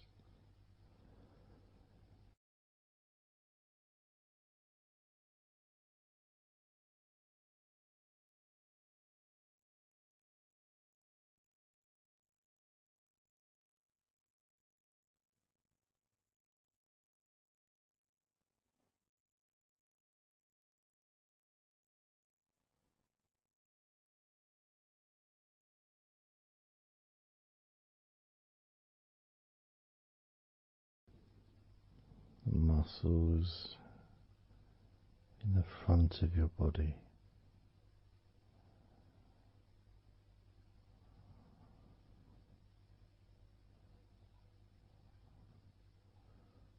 are also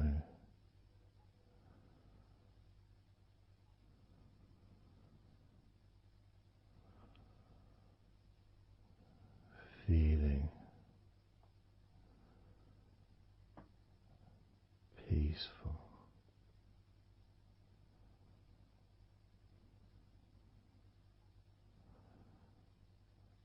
Deeply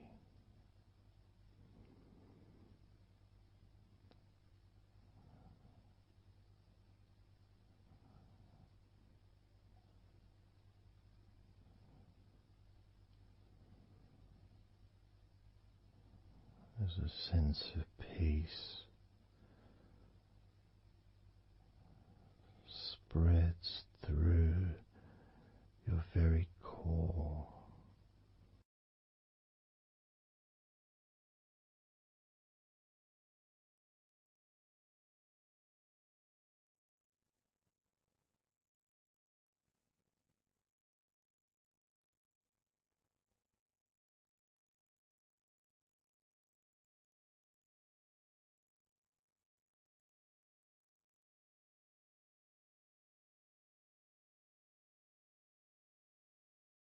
Even when you focus on your mind,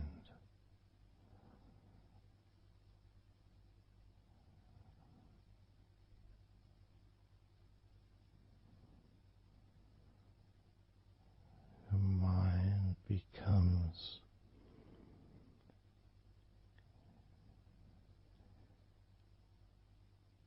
even slower.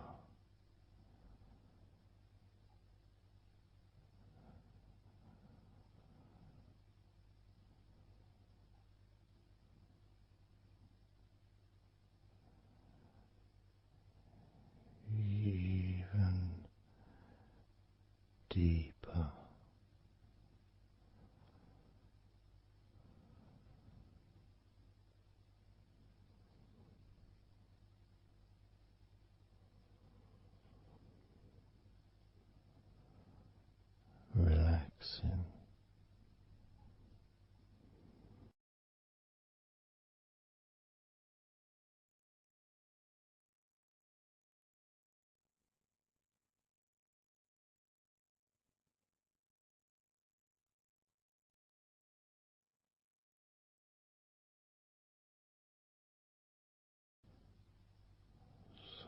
very slow.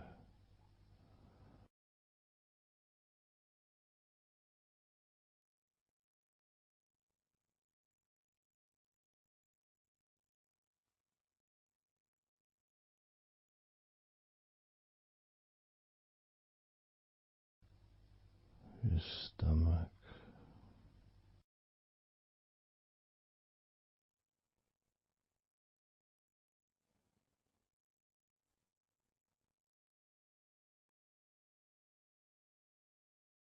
Peaceful in your stomach.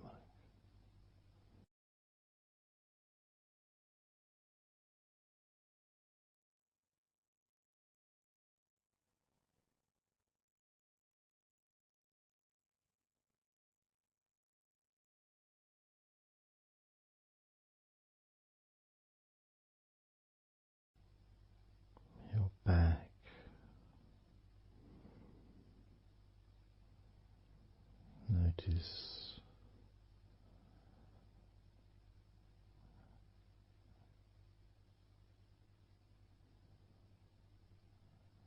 Notice how relaxed you now feel.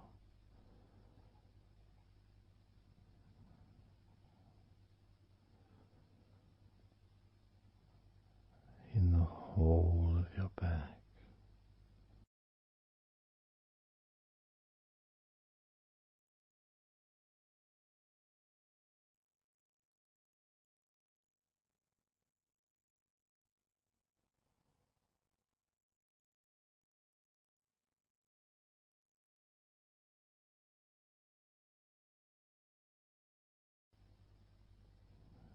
Your spine, from your brain all the way down the middle of your back, sending and receiving millions of messages every day.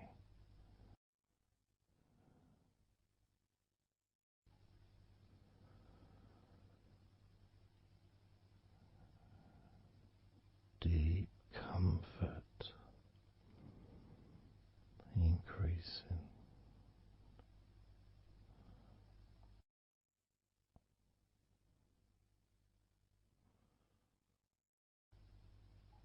Deeply relaxed.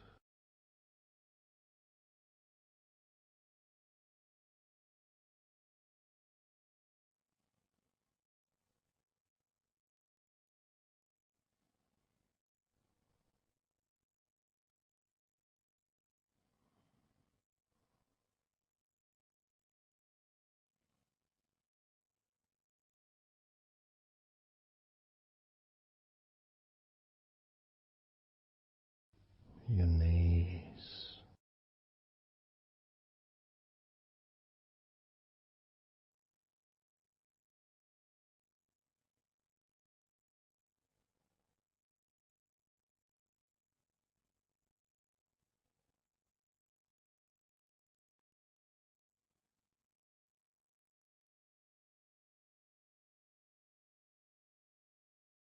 relax, spreading those signals down your spinal cord into every part of your body.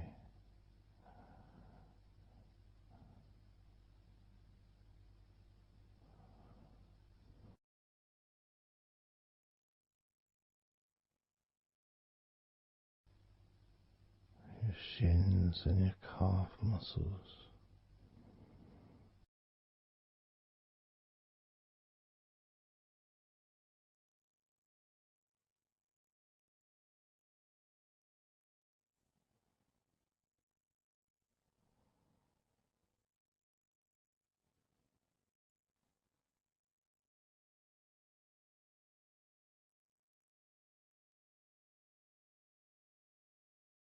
Your elbows,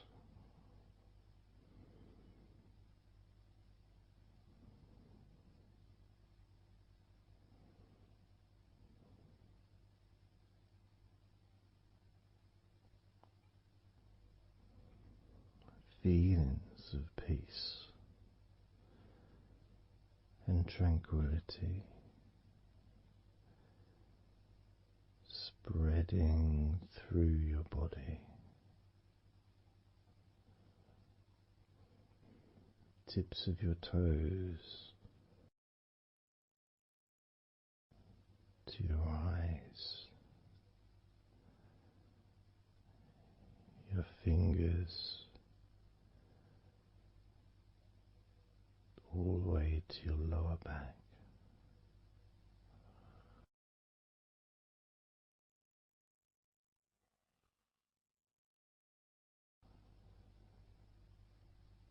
And letting go, really letting go.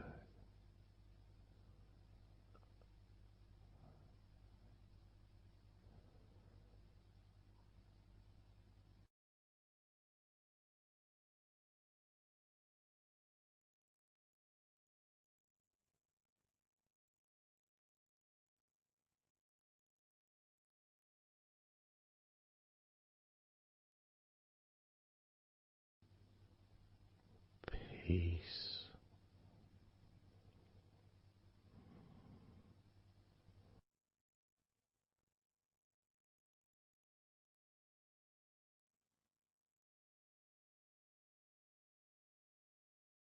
Drifting.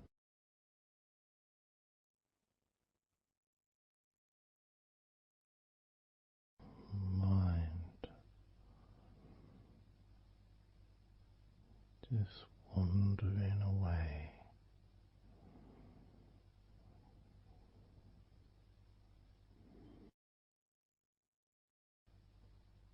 Happy to let go.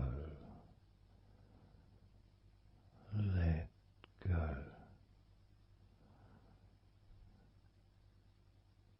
Completely let go.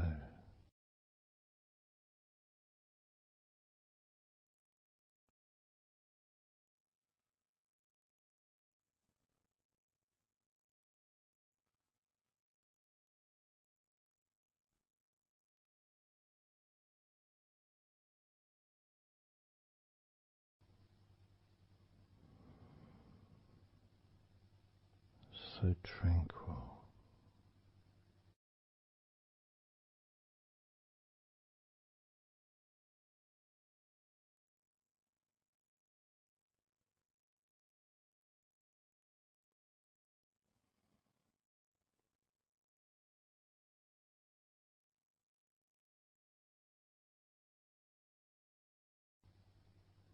Your whole body enjoying a sense of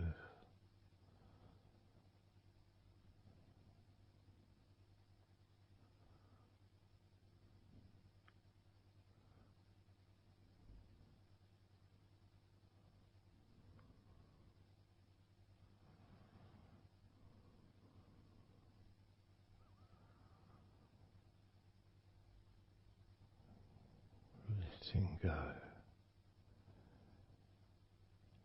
even more.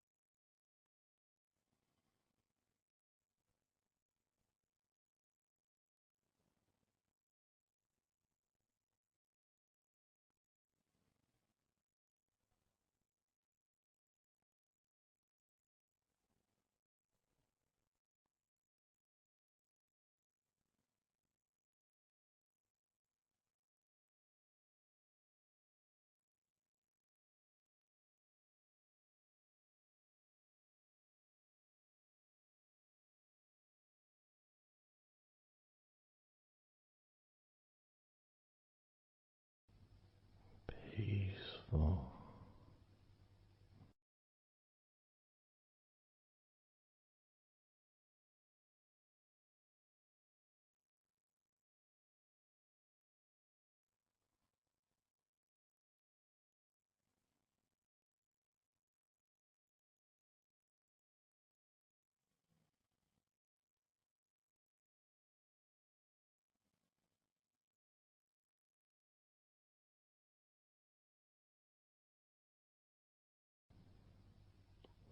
enjoying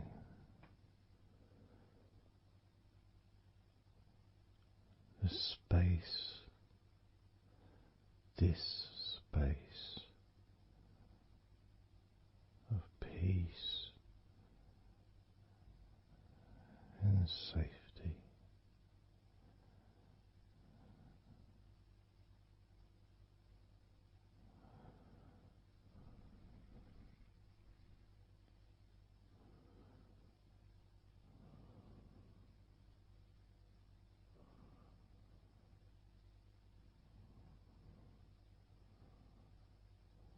So very, very relaxed.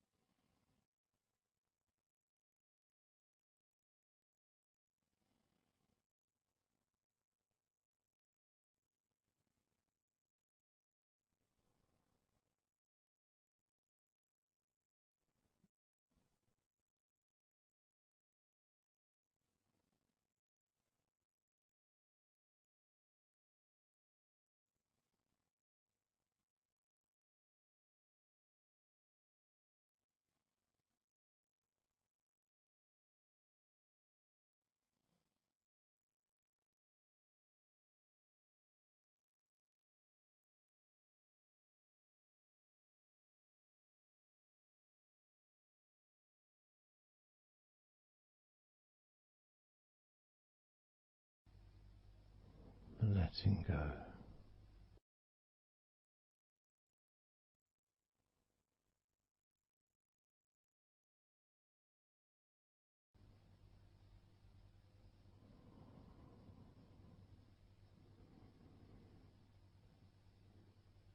Maybe we can just focus on the different parts of your body, just to notice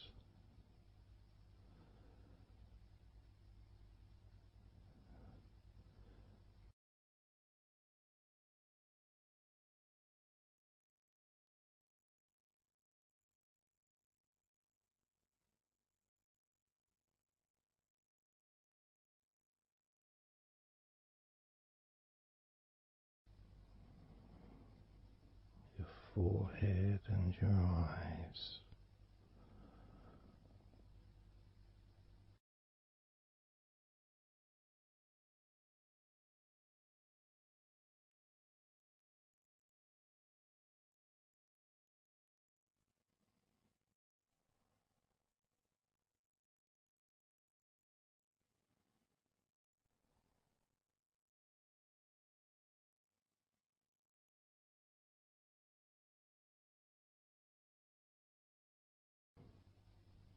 Your jaw,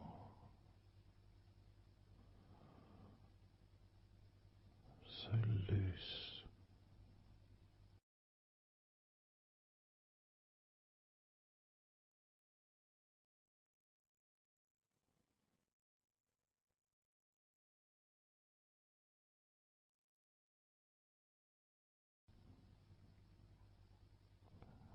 Noticing a sense of complete freedom.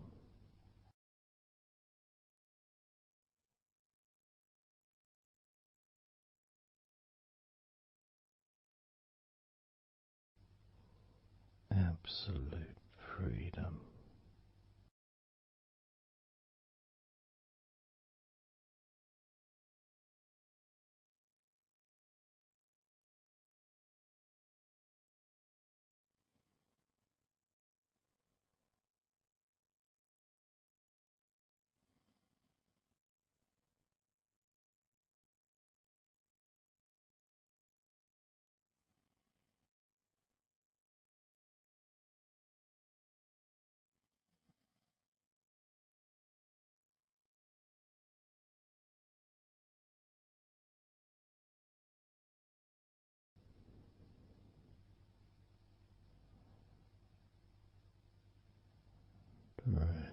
drifting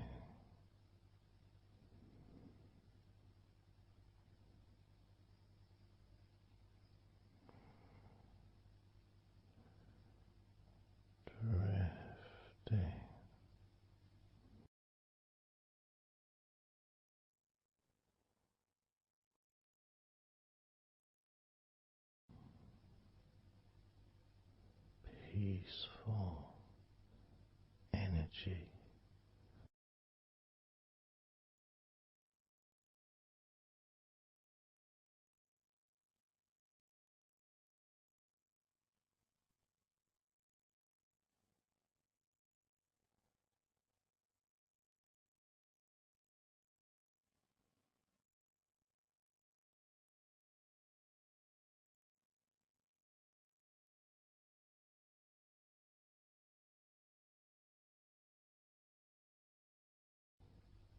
peace to breathe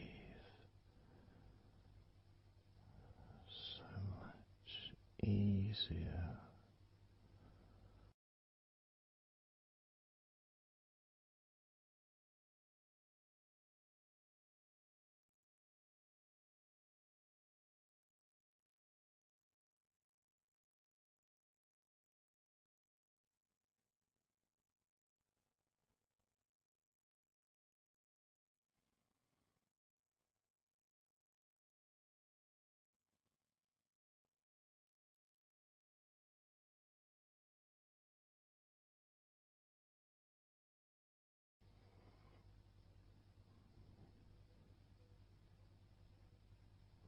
Loose,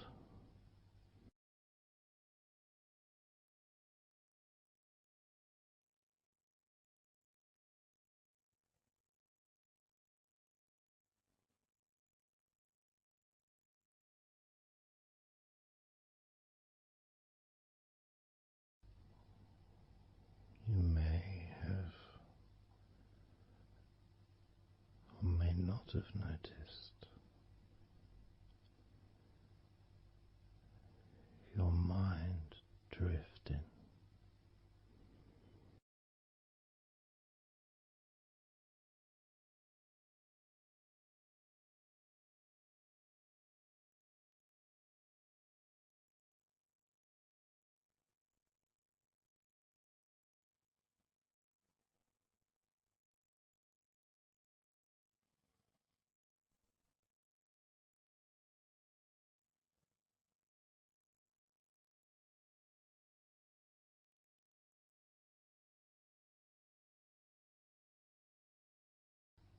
Peaceful,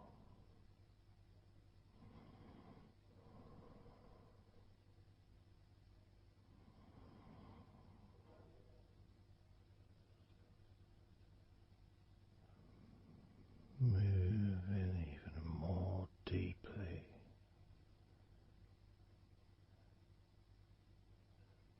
in the direction of total blissful peace, blissful peace.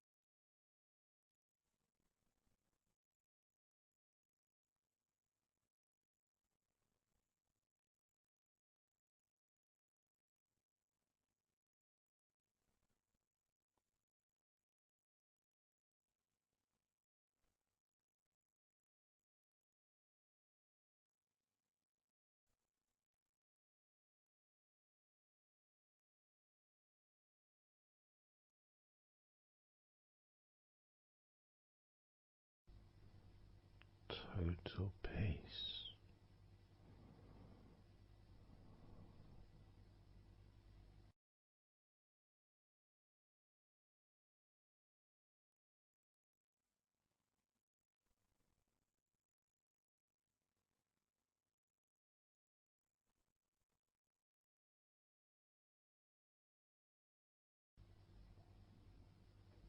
Calm, so calm,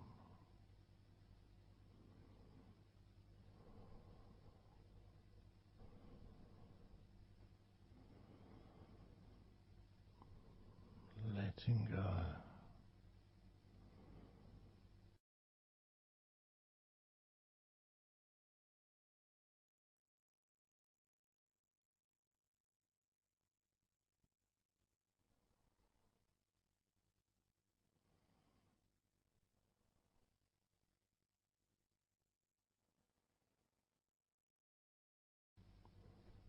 Peace of mind,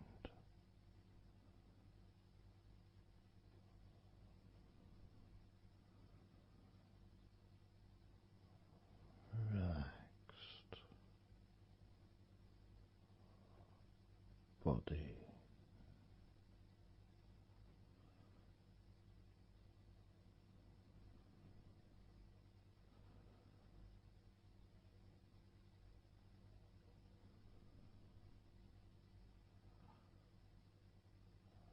so relaxed,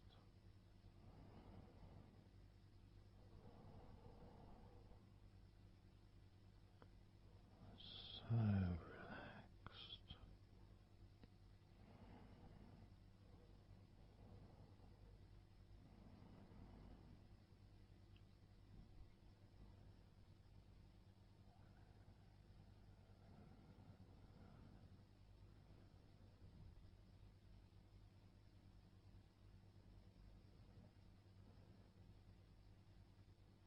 Your body feels almost invisible.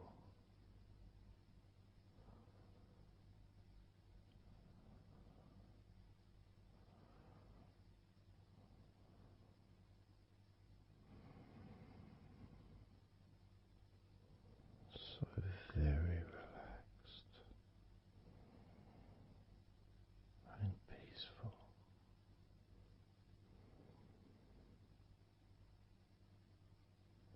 So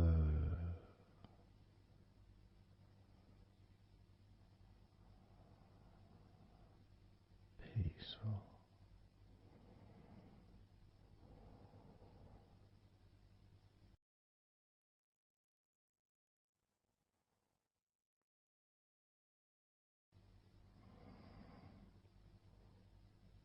Relax.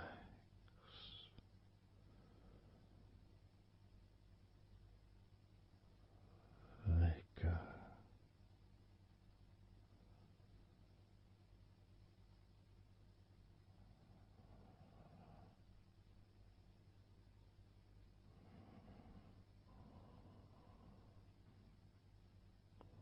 So peaceful.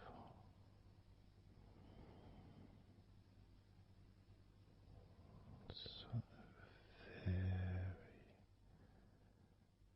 very peaceful.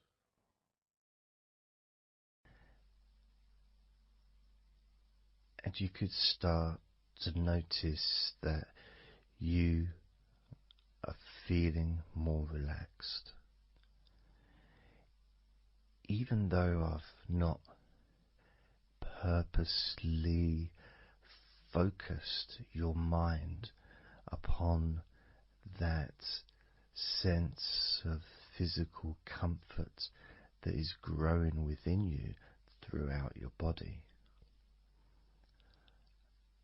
and your mind starts to slow down. And that could be almost in recognition of, I guess, my speech not being particularly fast.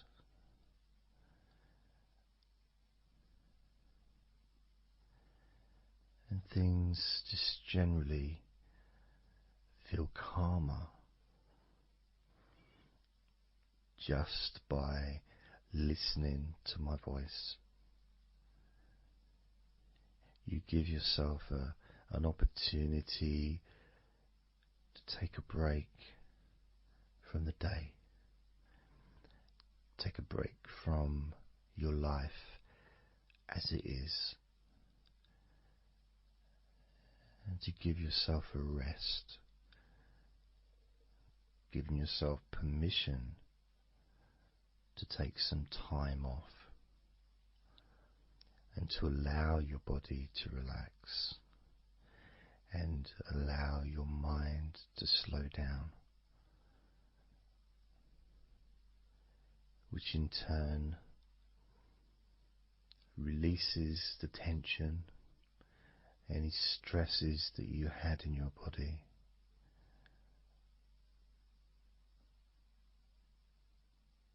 It's almost as if the parts of your body just open up, allowing the negativity out.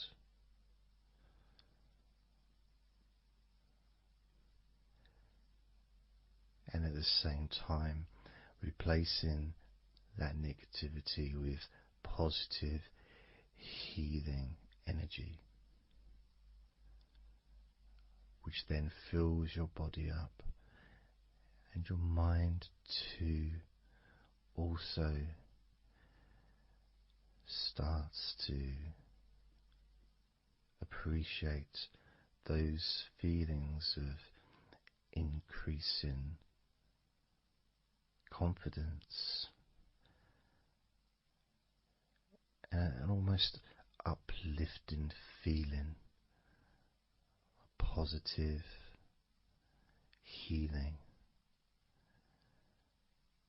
an energy that spreads through your body like a wave of comfort. And all this comes from just allowing yourself a few minutes, maybe half an hour, however long you want it to be, to just rest.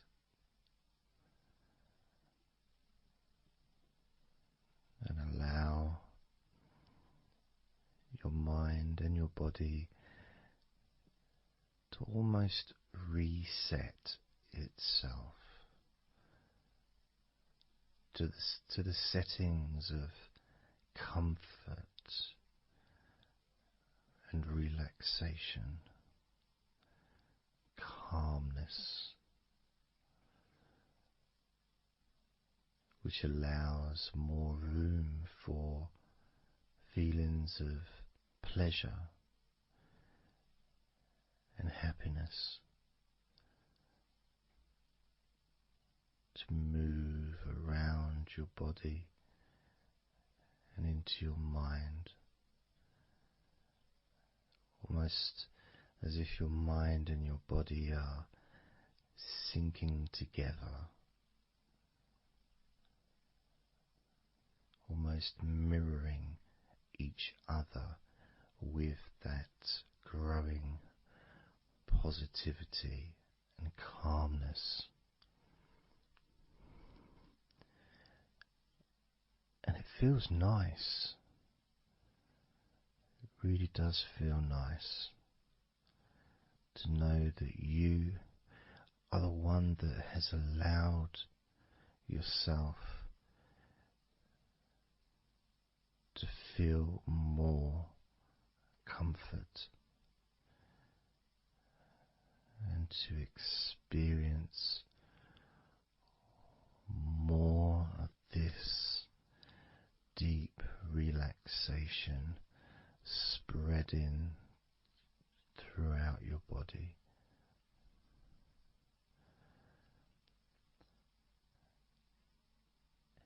And as I focus on each part of your body, you can notice that that part becomes even more relaxed just by focusing on it. It becomes even more calm and comfortable just by focusing. And as I move down your body, starting at your head, the parts that you've already focused on will continue to relax deeply. And those parts that we've not yet focused on will just automatically release any remaining tension in anticipation of even more comfort about to come.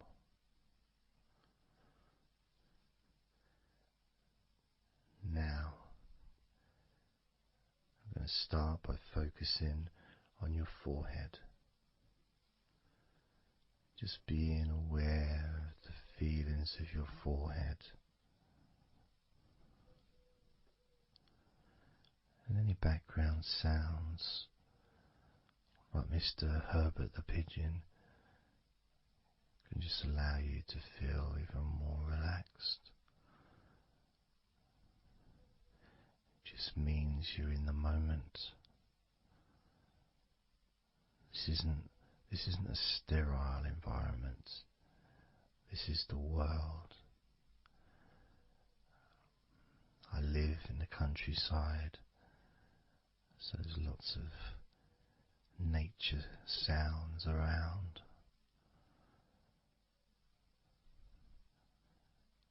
So as you focus on your forehead, just notice how it becomes even more relaxed as you focus only on my voice and that part of your body.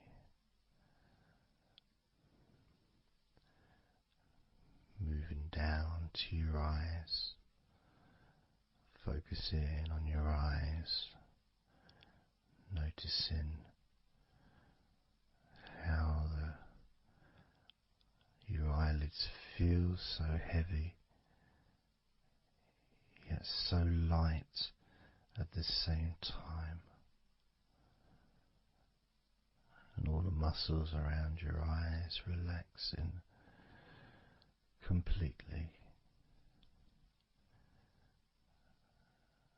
Moving your focus down to your mouth, your lips, your tongue, your teeth and your gums, and the whole of your mouth relaxing, calm and loose. As you focus now on your jaw, not just the part of your jaw near your mouth and your chin, but all the way up the sides of your face to your ears, that whole of your jaw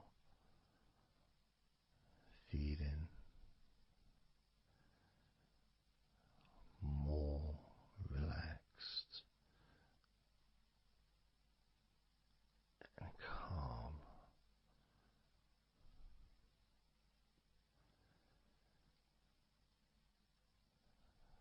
Focusing on your neck, the front of your neck and your throat, relaxing and loose and calm. The sides of your neck, the right and left side of your neck, relaxed and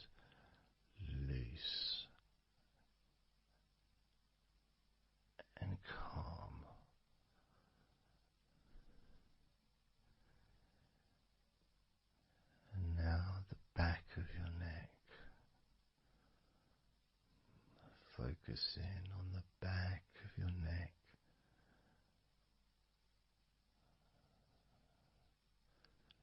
letting go of any tension that may have been there before, and enjoying that sense of increasing comfort and release that you can experience in the back of your neck.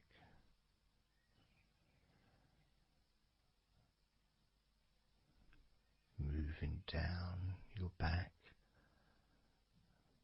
and moving either side of your spine, right from the top of your back all the way down to the bottom of your back.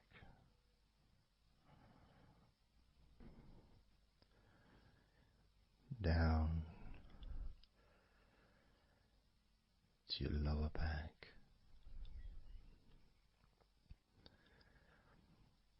As you move up and down your spine, you can feel the muscles either side of your spine relaxing even more.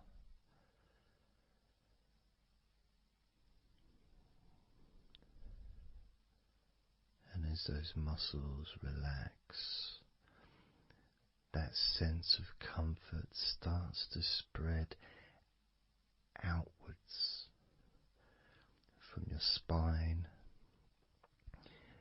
into both sides of your back. The top of your back, the middle and your lower back.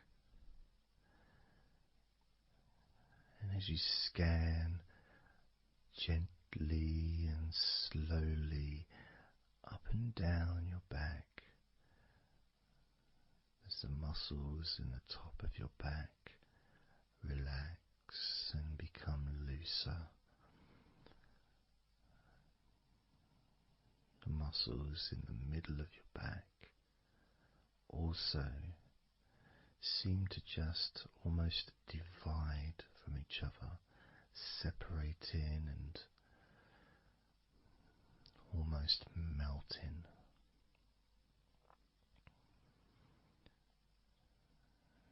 And in your lower back, there seems to be an extra special feeling of comfort that spreads into your hips.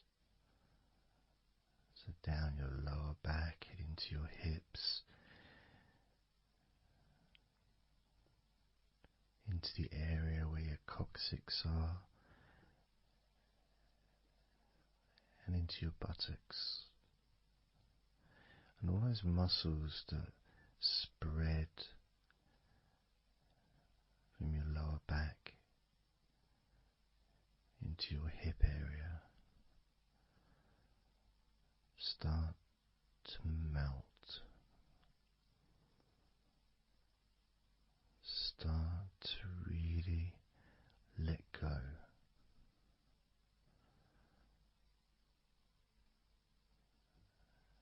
And even though we're about to focus on your shoulders, your back and your spine will continue to let go.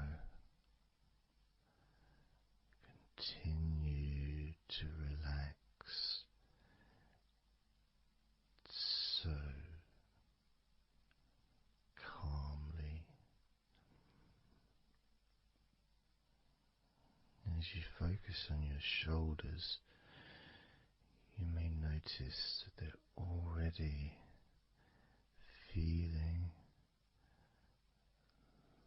really loose. They're already feeling calm.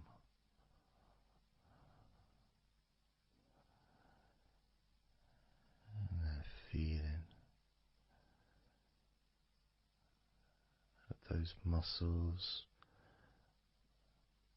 that move from your neck into your shoulders.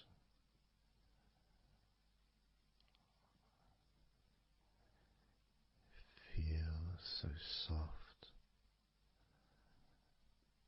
and gentle, so smooth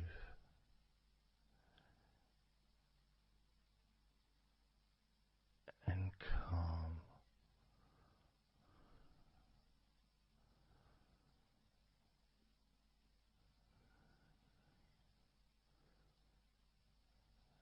And the feeling in your shoulders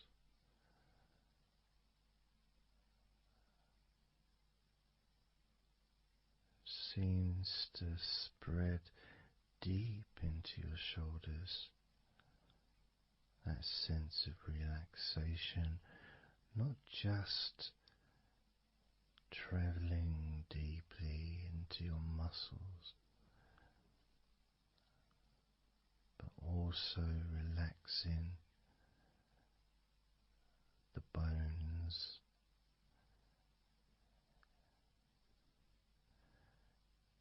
and moving all the way to underneath your arms, relaxing that whole area between the tops of your shoulders and underneath your arms, healing.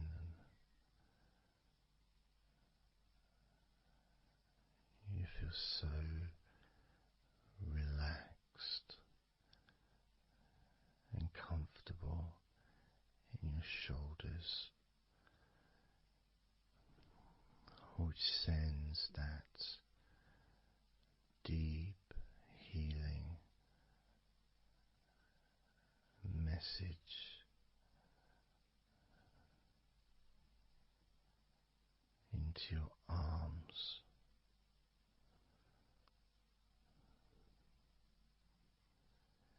And you may feel almost as if your arms are not even there because they're so relaxed, so deeply relaxed.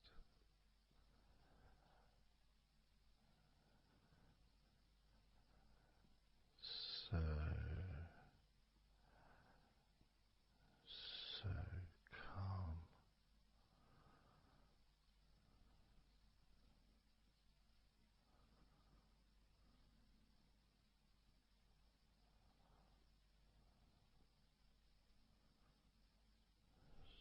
So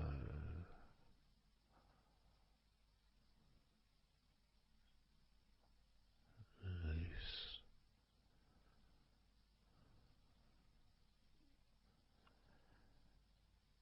That feeling spreading all the way down your arms to your elbows, including your elbows.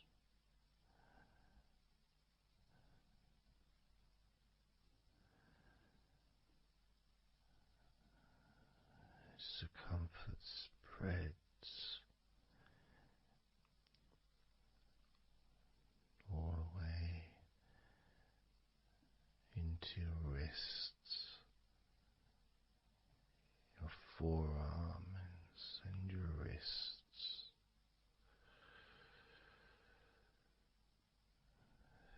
feeling so heavy, yet at the same time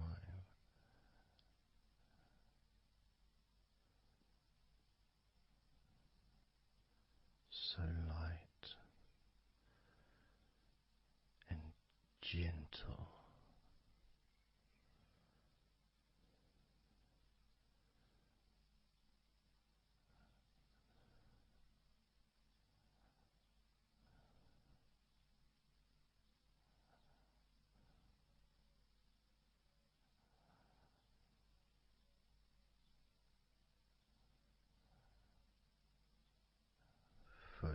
focusing now on your hands.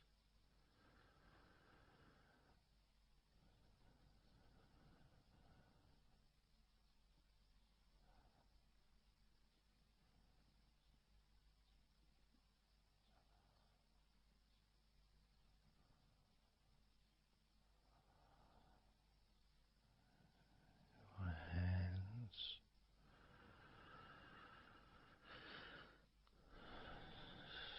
so peaceful in your hands.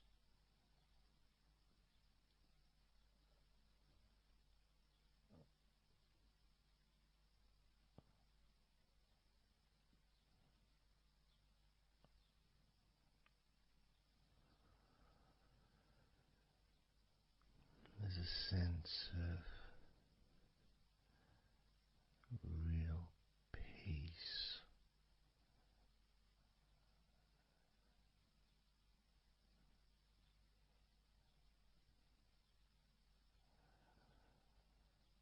that just seems to feel so familiar when your hands relax deeply.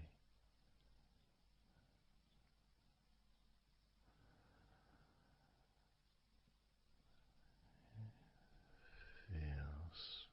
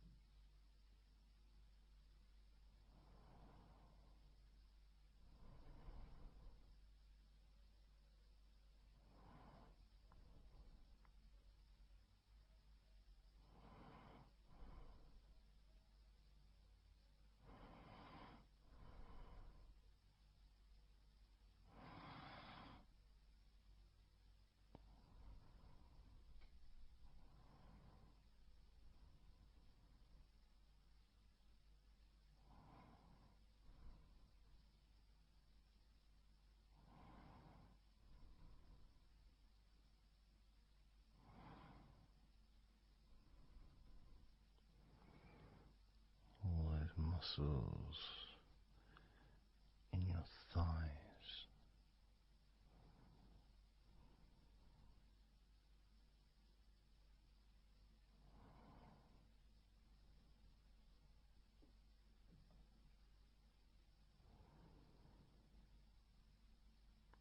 Your knees, so relaxed.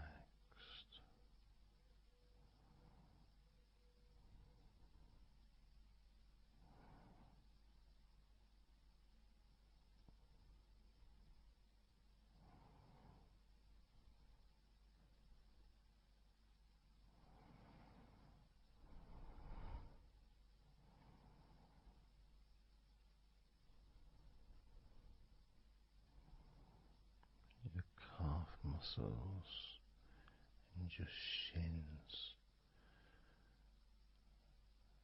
completely relaxed.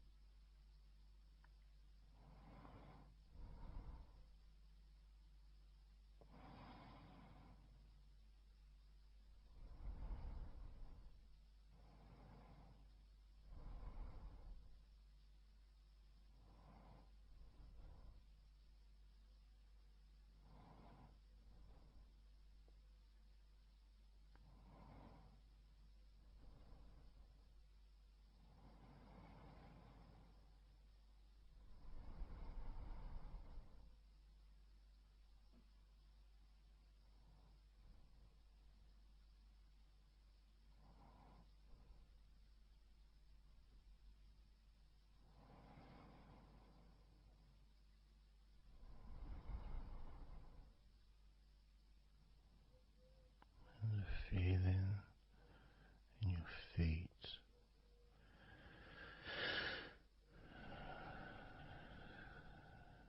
so peaceful and so calm,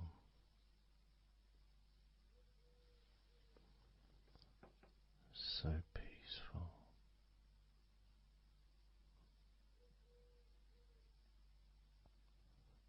so calm.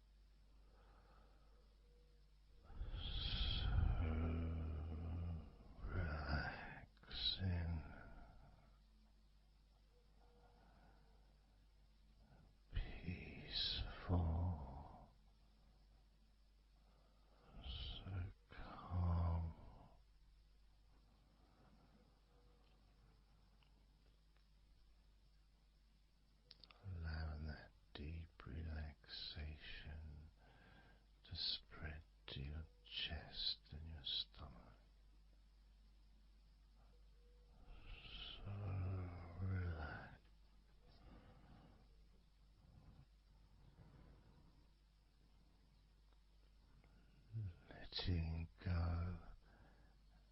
of everything.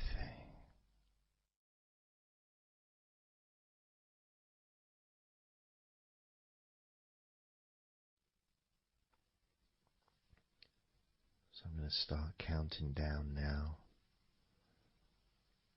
from 20 down to 1.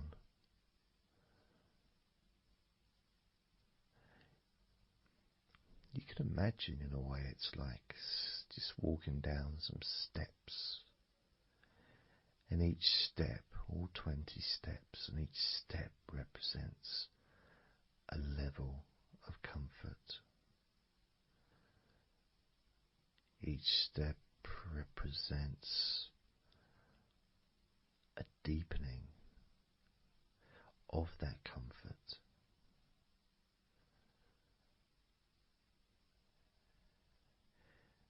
And the further you walk down those steps, the deeper and more relaxed you feel.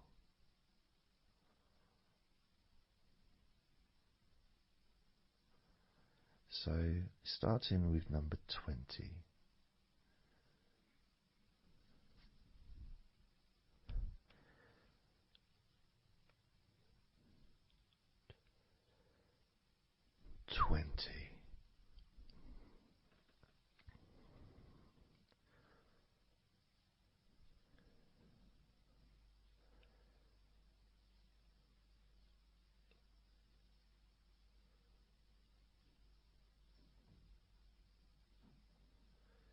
Nineteen.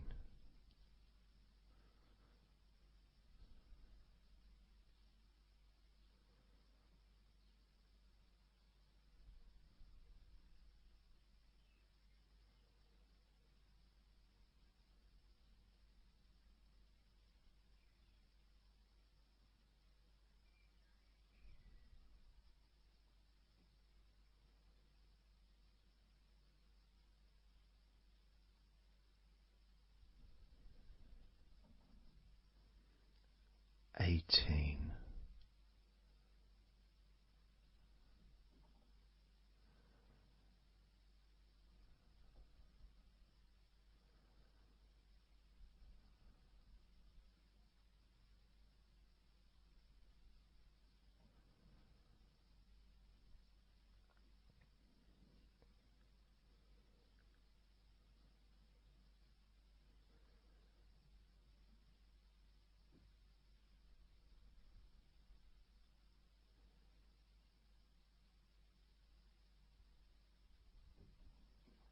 17.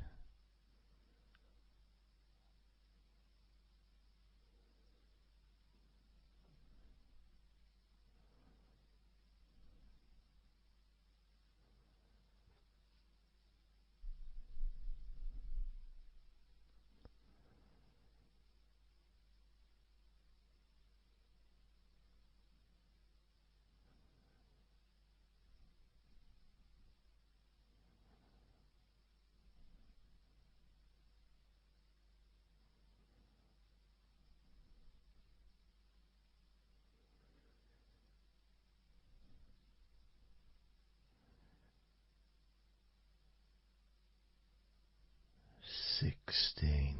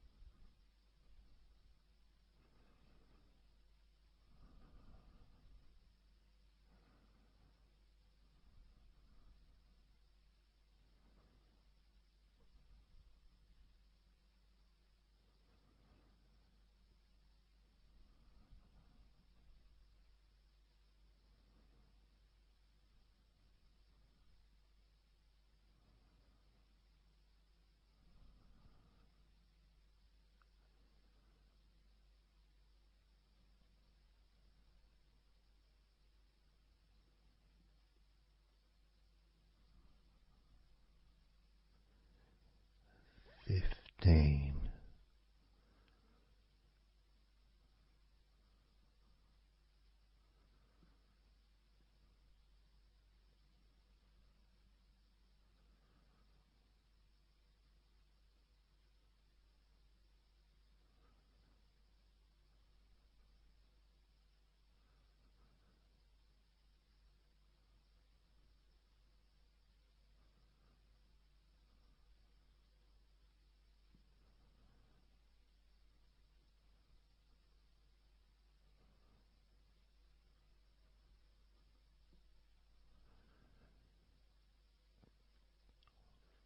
14.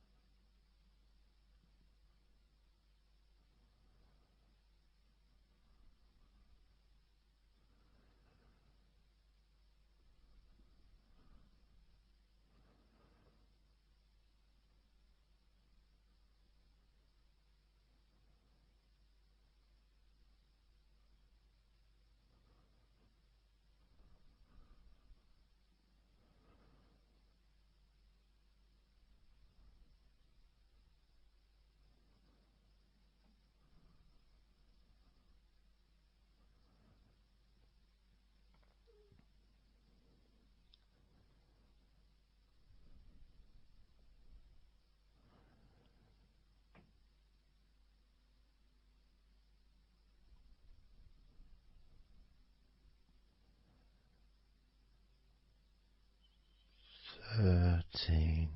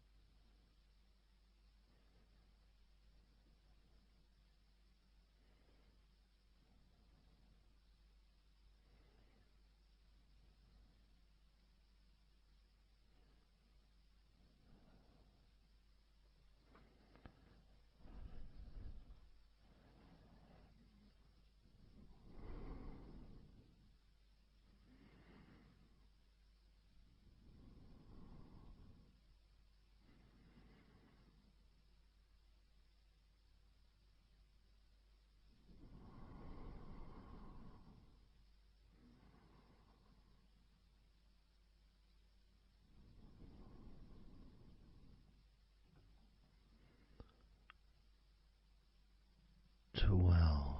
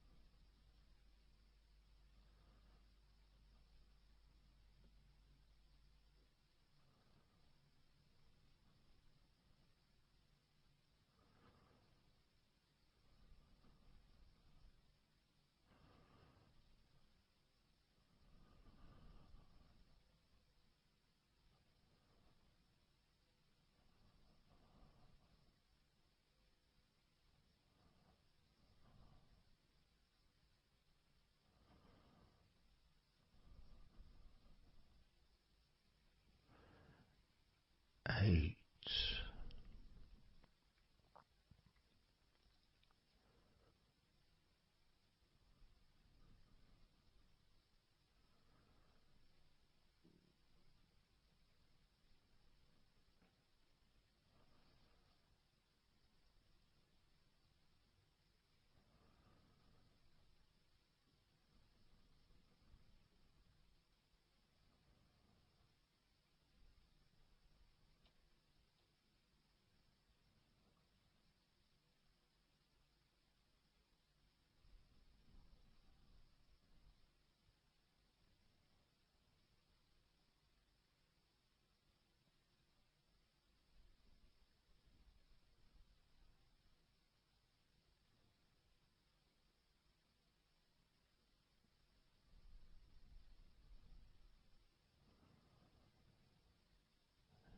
7.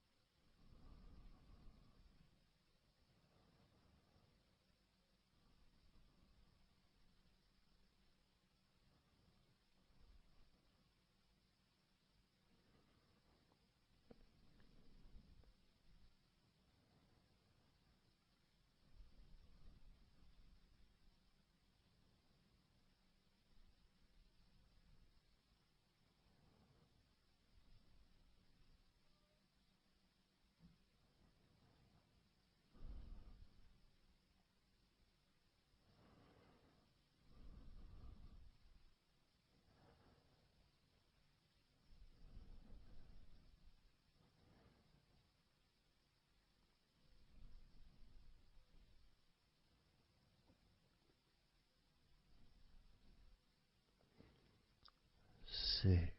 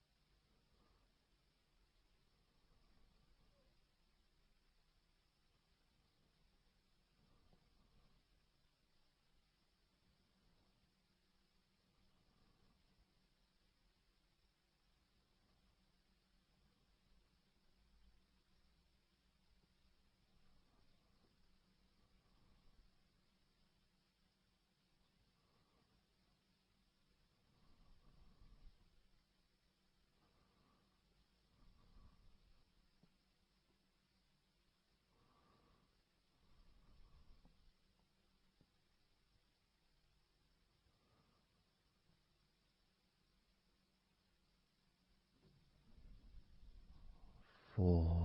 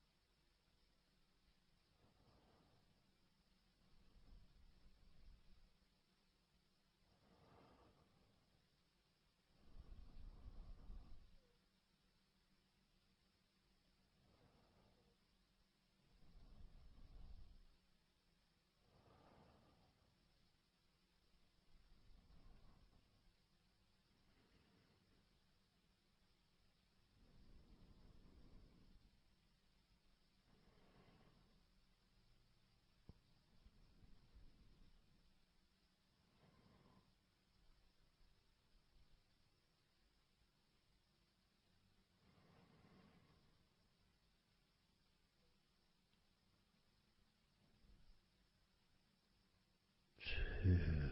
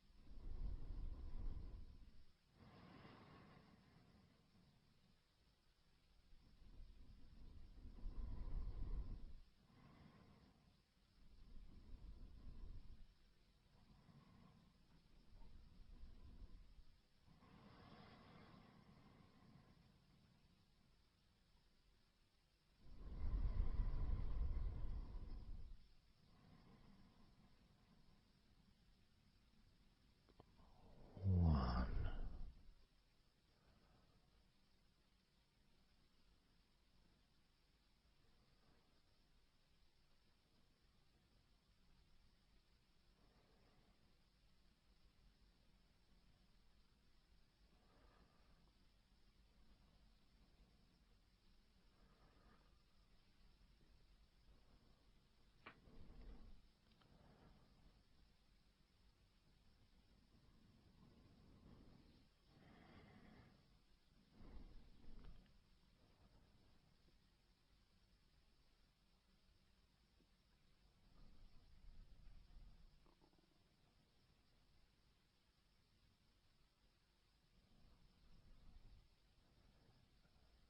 And now, as you focus on your eyes,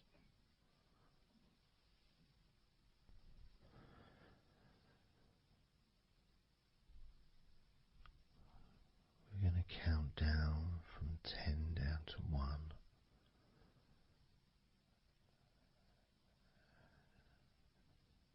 Focus in just on your eyes.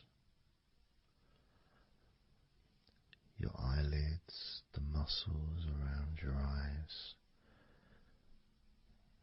your eyeballs themselves, that whole area that makes up your eye.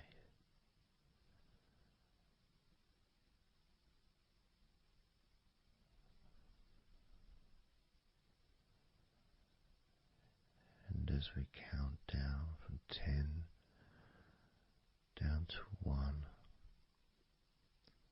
whilst focusing on your eyes,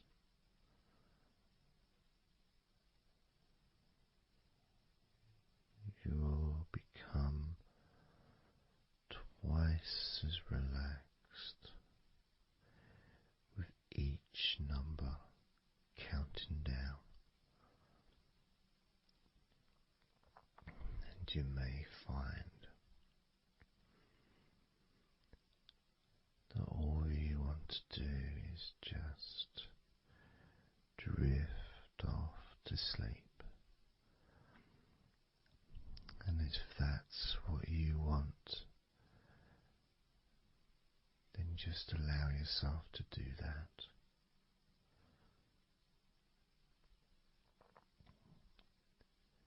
Now, focusing on your eyes, I'm going to begin counting down from 10 down to 1 right now.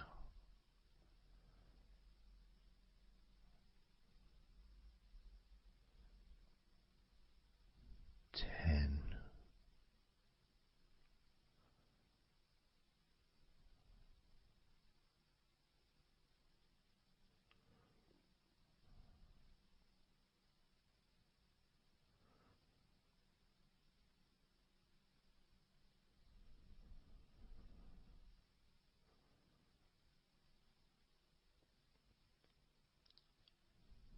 9.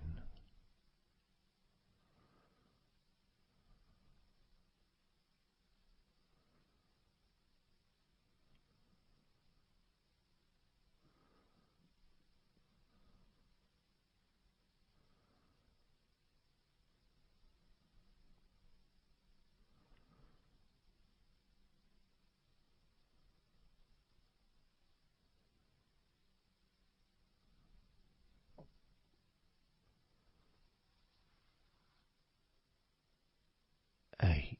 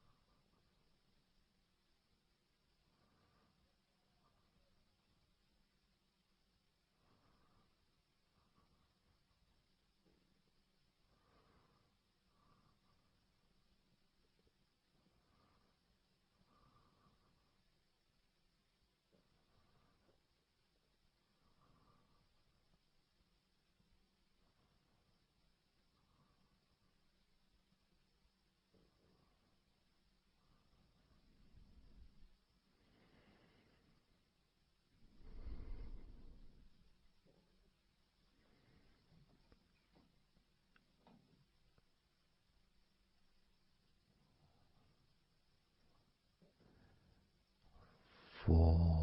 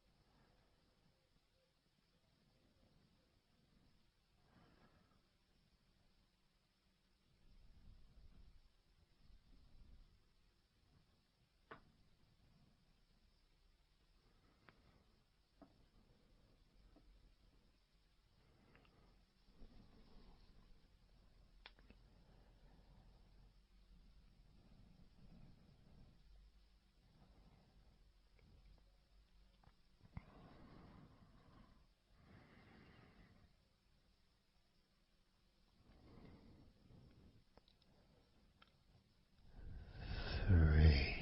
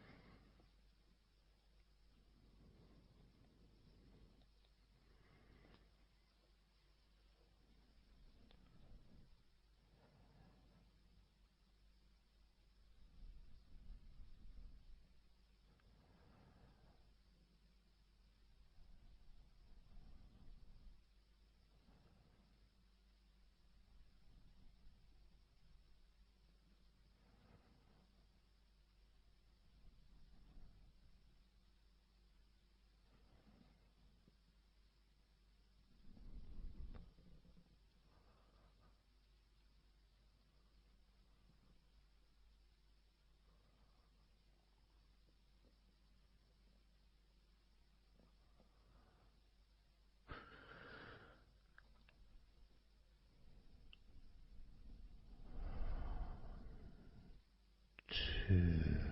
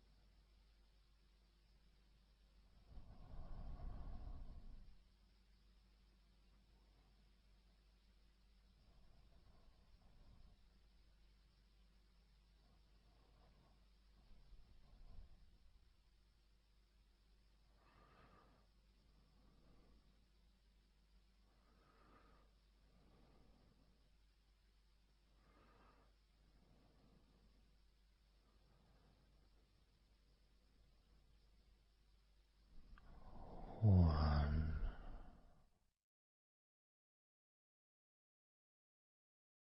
So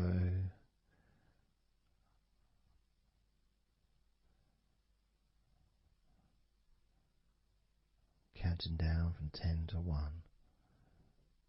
10, 9, 8,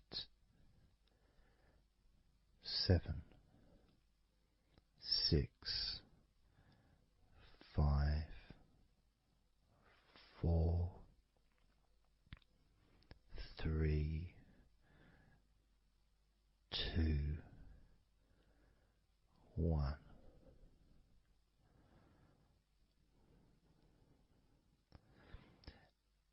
And maybe that was a bit too quick in order to relax. Maybe it's a bit too fast for you to notice the calming of your body. Maybe even a little bit of pressure there, like Well, you're counting down from 10 to 1. What do you expect me to do, man? You expect me just to go all floppy just because you're counting down?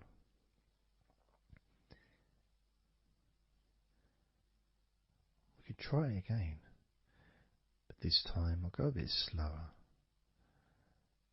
This time, as you focus on the whole of your body before we focus on your legs,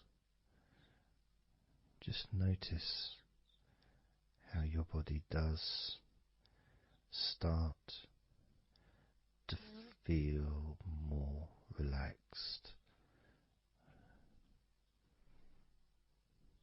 with every number that I count down.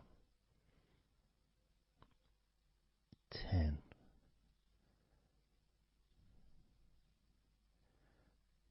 9,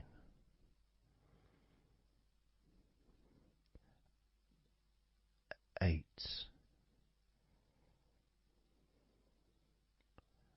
7,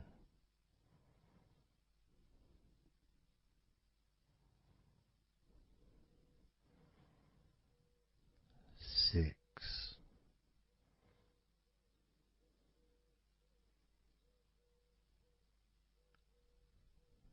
5,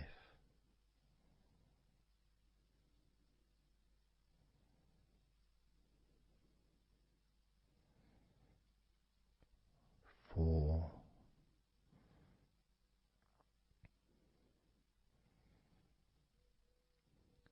3,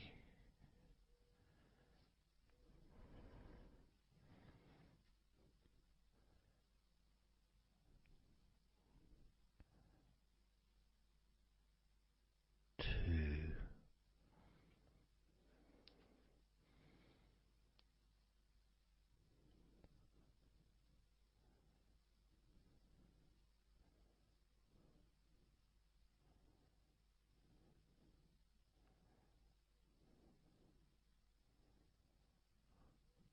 1.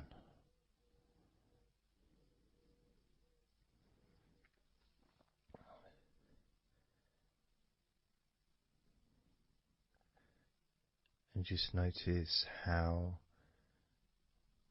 you feel generally, how your body feels.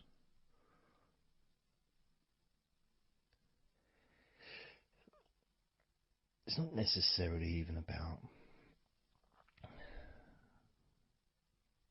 counting down from 10 to 1. It's that space that you have, that space between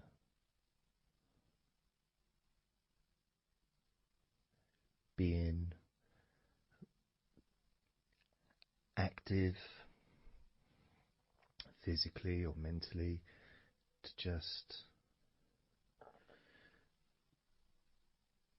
sitting or lying down, just being there, not doing anything, not saying anything, not needing to think about anything. So it opens up a space, a bit of a space, a gap.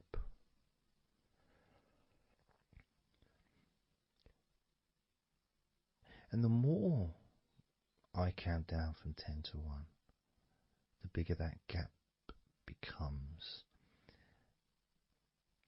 So there's that gap of calmness, of comfort, relaxation.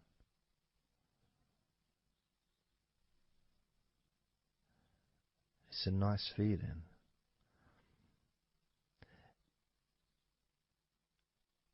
And it moves those stresses or discomforts physically or emotionally, moves them away.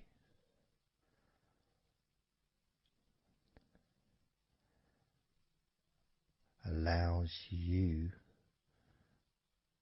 to just slow down. So I'm going to count again from 10 down to 1 and notice that gap widening. the gap. And as it widens, it's almost like the stress and attention falls into the gap.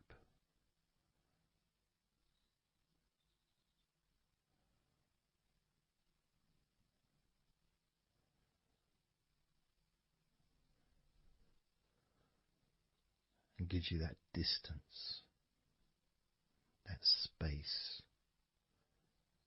Now, 10, 9,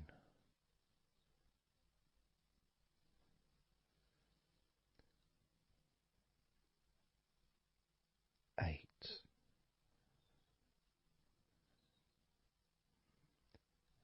7,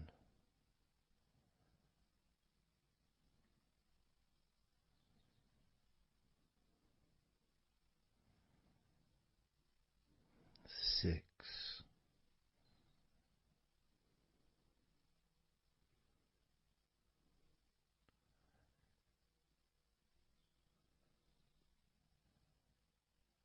5,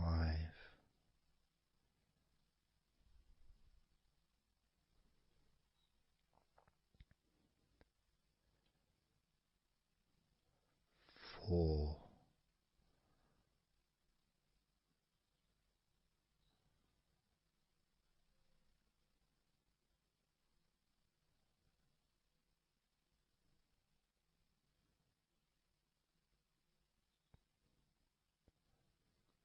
3,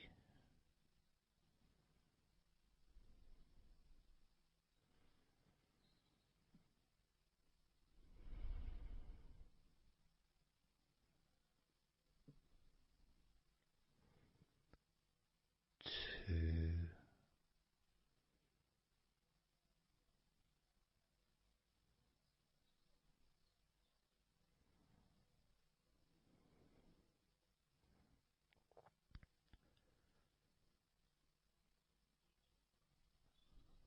1.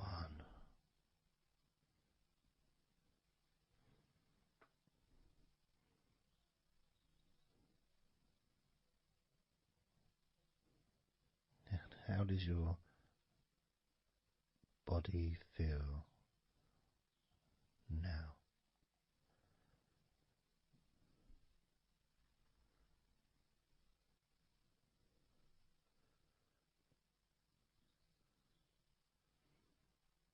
Can you notice that you're feeling calmer?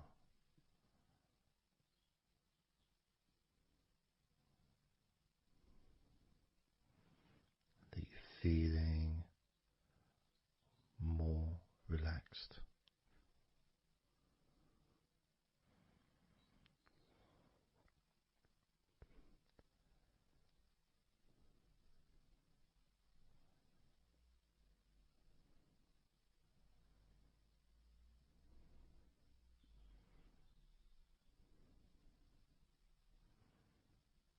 As we now focus on your legs, just your legs.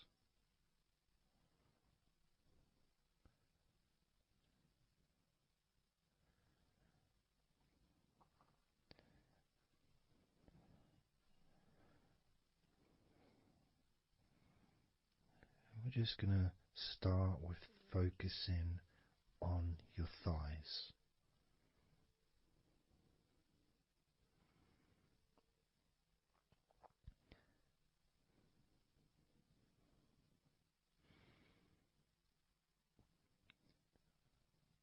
Of course, it's not the most exciting thing to be doing because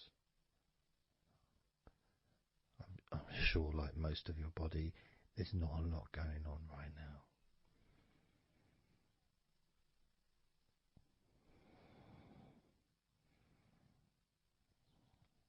Just focusing on the whole of your thighs, the tops of your thighs, the sides of your thighs, the bottoms of your thighs, your outer thighs and your inner thighs. Basically the whole of your thigh that leads into your hip. goes down to your knee joint.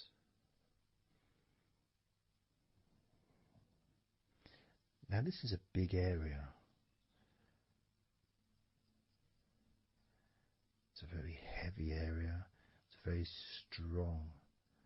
Probably the strongest muscles in your body are in your thighs.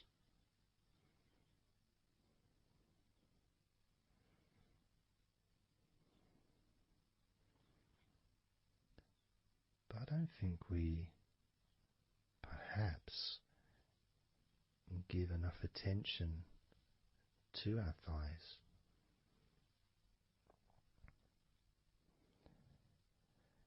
Perhaps we don't acknowledge how important our thighs are to our lives.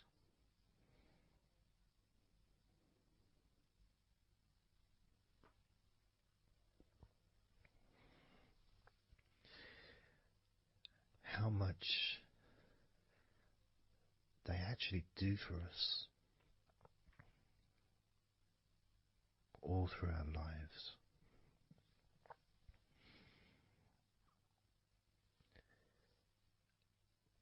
And it may sound really weird, but I think that all of our body parts, especially our thighs, need some TLC. A bit of love shown, a bit of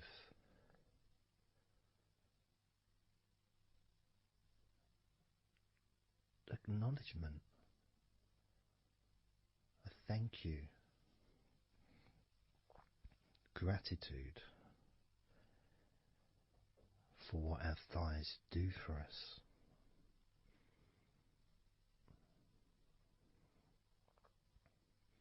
And I know this may sound a bit strange.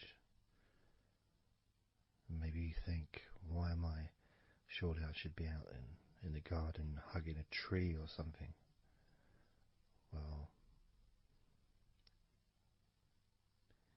it's hard to set a microphone up on a tree.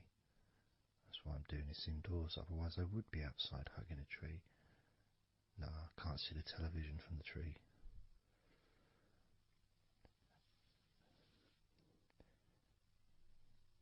If you move down to your knees, again, such an important part. And I think we don't necessarily, I'll speak for myself here, I don't necessarily appreciate all that my knees do for me until I have a problem with my knee. So occasionally if I maybe I bash it or it's aching for some reason, it's then that I realise how much it does. You know, the benefit of being able to use my legs without any kind of physical discomfort is a beautiful thing that's possibly not appreciated until it's temporarily removed, you know, that comfort. But as you focus on your knees, regardless of how your knees feel, you can have that sense of gratitude and love to your knees for all that they do for you.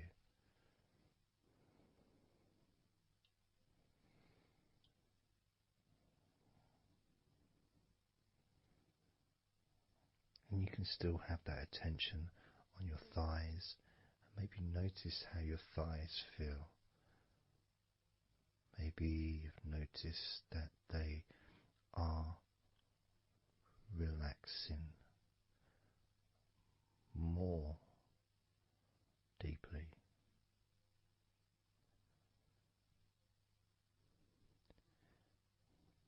As you focus now on the bottoms of your legs, your shins, and your calf muscles, and the bones between your knees and your feet, incorporating, of course, your ankles.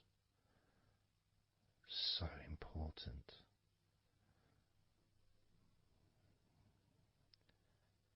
Anyone that's had even like the slightest sprain of an ankle knows how much we take our ankles for granted.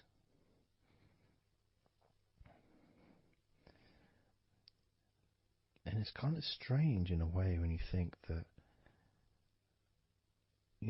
logically our wrists are a lot thinner than the rest of our arms, which is okay, can't see any problem with that because we're just picking stuff up. But our ankles are so much thinner than the rest of our legs.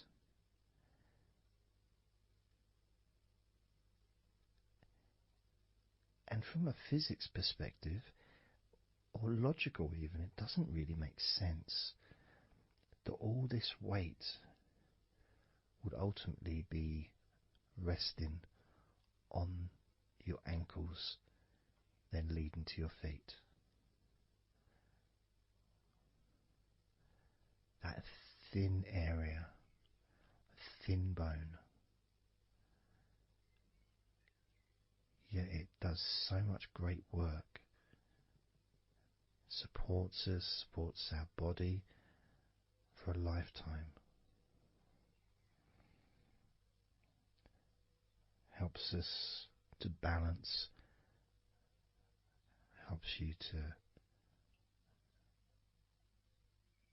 get around and be mobile.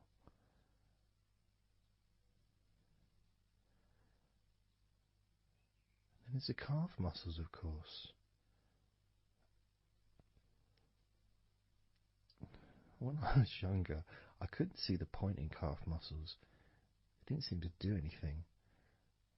Okay, if I walked around on tiptoes, then my calf muscles get some work. But of course that's not true. The calf muscles are being used whenever we use our legs.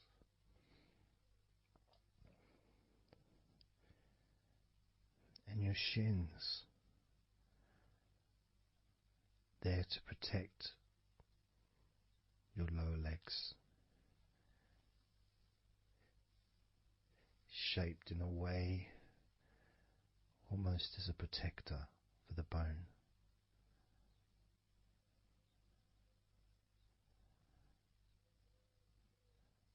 Leading, of course, to your ankles and your feet. But we're not going to focus on your feet, we're just going to focus on the legs.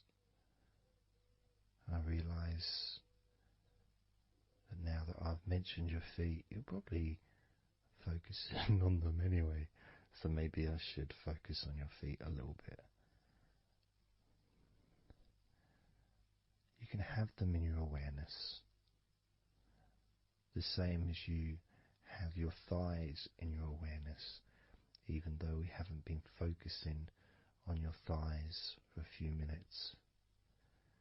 We've been focusing on your ankles,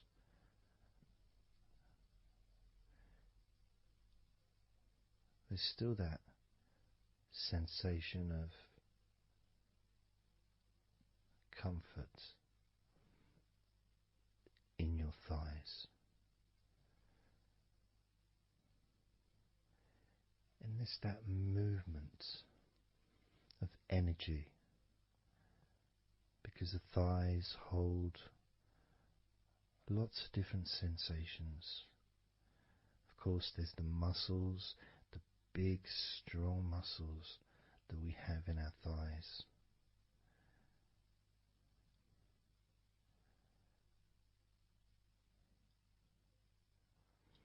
But the skin on the outside of the thighs, as in the outside of all of our body, can be very sensitive. sensitive to the touch, sensitive to temperature.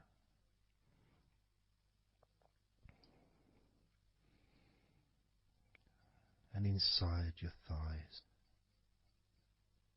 the bones, there's the muscle, there's the blood vessels, the arteries. So all this stuff, it's inside your thighs. And I guess sometimes it'd be nice if you could actually put your fingers inside your thighs and massage.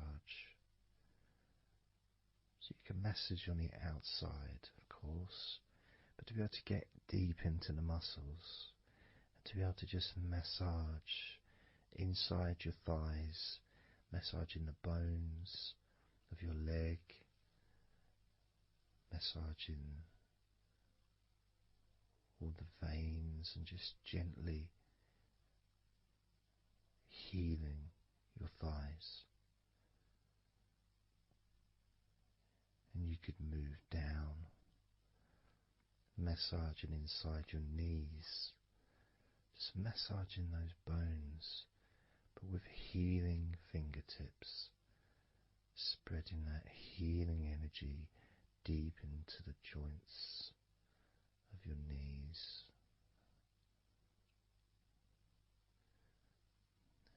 Of course, there's the back of your knee, you know, the inside crease where your knee is.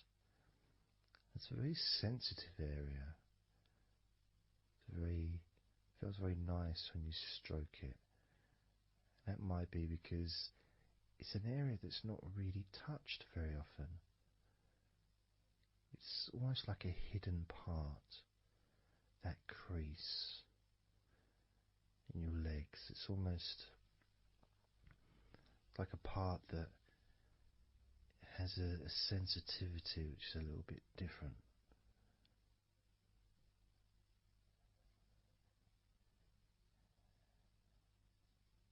Of course, it's protected by your legs.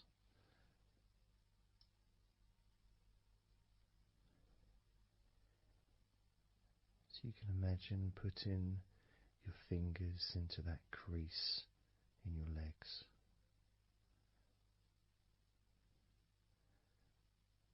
That fold in between your legs, you can just massage with your fingertips.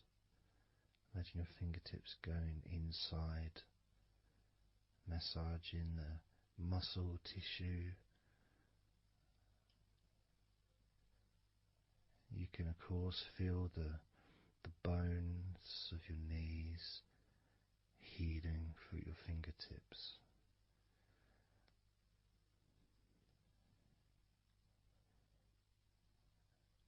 And then as you go down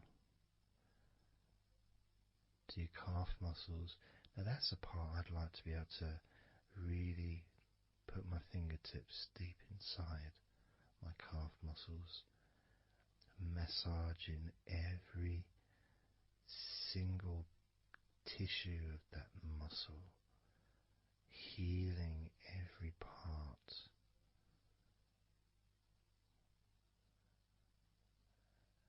And then doing the same for my shins,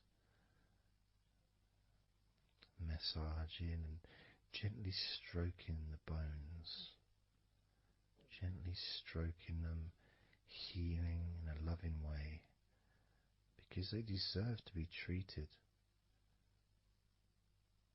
as the precious bones that they are, because our legs are so precious, as in all the other parts of our body. They're more precious than any jewel on the planet.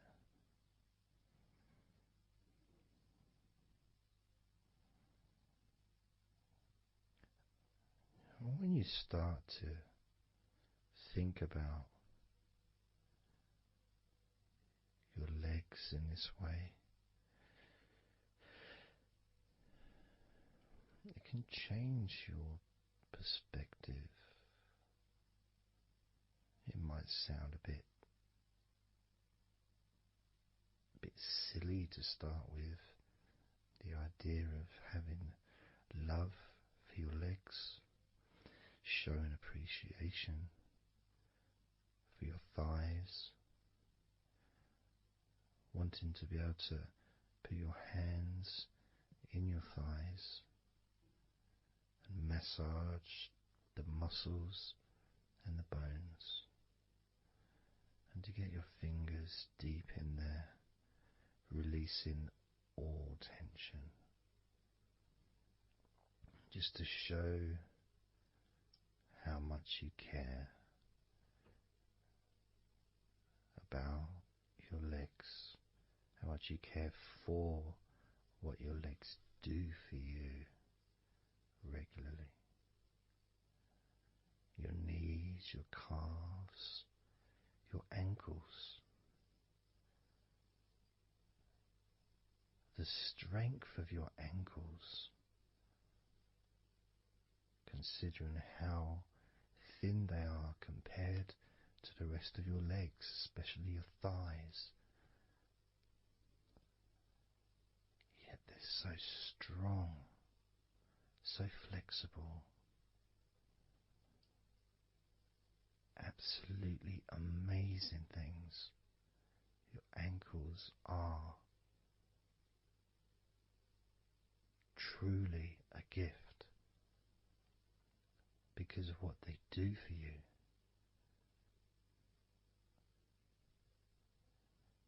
Supporting all that weight, regardless of what weight you are, even if you're only 8 stone,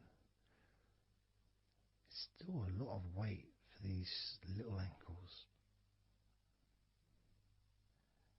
Now I'm a lot heavier than 8 stone, double that. Yet my ankles support my body all the time. Although they do give off a sigh of relief when I sit down. In fact, my whole legs do. My feet also go whew, and my toes clap. They're so happy.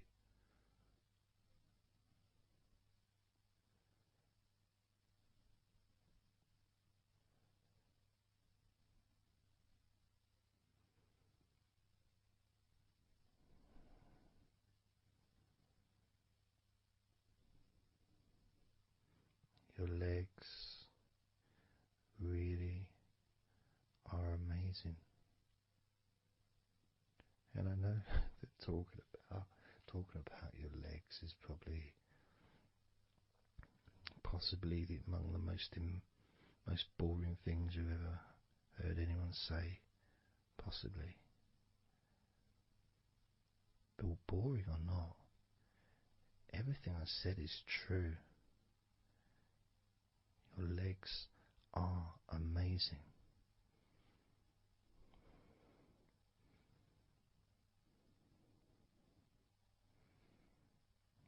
Your legs deserve not just respect,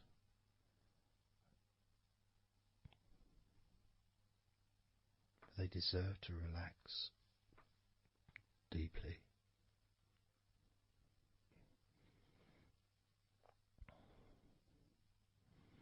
They deserve to take some time out of the day to just let go completely.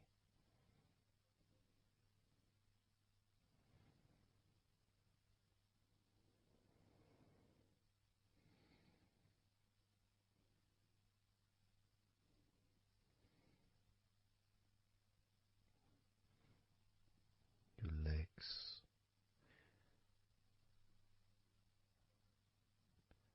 really can relax.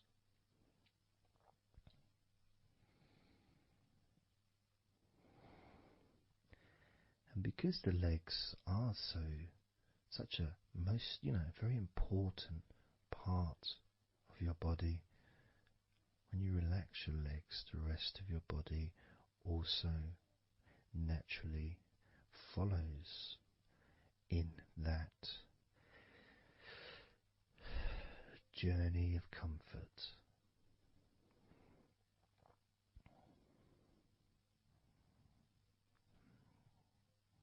I can feel it in my hips. My hips feel really loose. And also my lower back as well. My lower back really feels stretched, even though I'm just sitting in a chair and there's no stretching as far as I'm aware that I'm doing. But it's almost as if the muscles are just relaxed so much that there is a natural stretch as the tension has reduced a lot.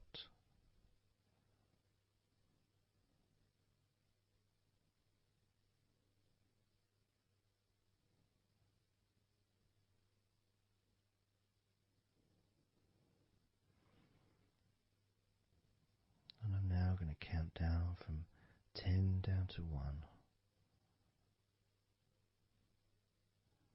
And you can continue to feel wonderfully relaxed. 10, 9, 8, 7, 6, 5, 4,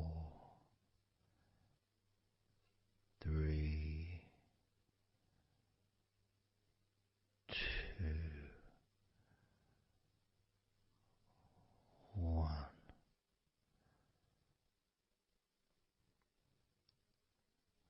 Relax.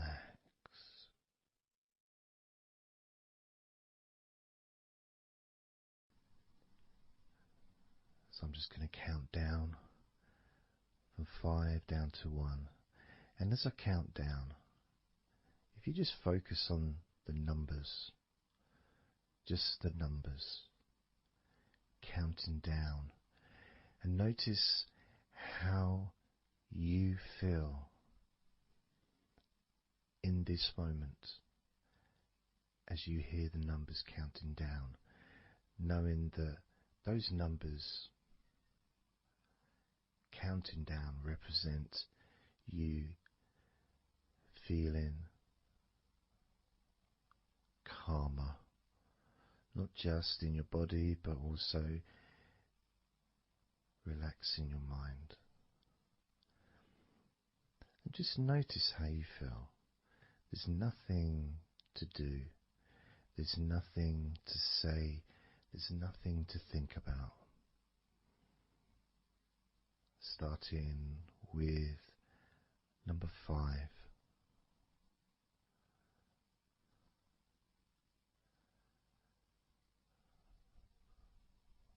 4.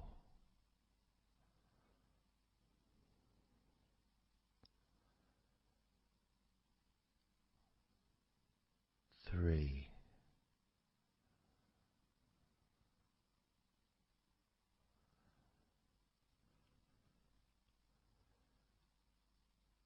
2.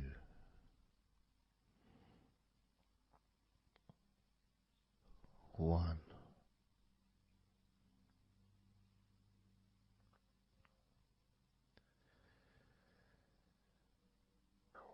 As you notice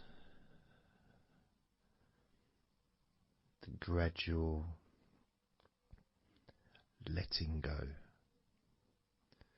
of the tension in your body, you may also begin to notice and be aware of how your mind is starting to slow down. This is just a natural thing that happens. It's not really a special procedure. It's just natural because as your body relaxes, your mind also starts to relax. And the more your mind relaxes, the more your body relaxes. It's just a continuous circle of relaxation.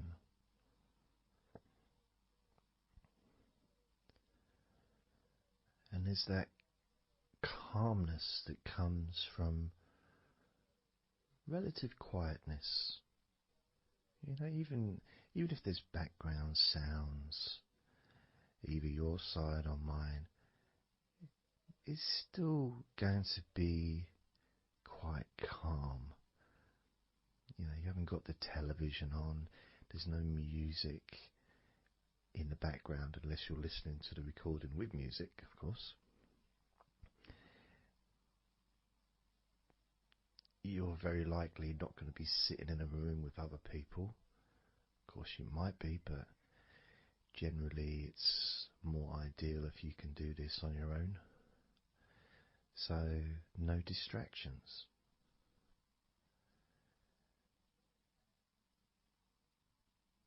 And when you stop thinking about stuff,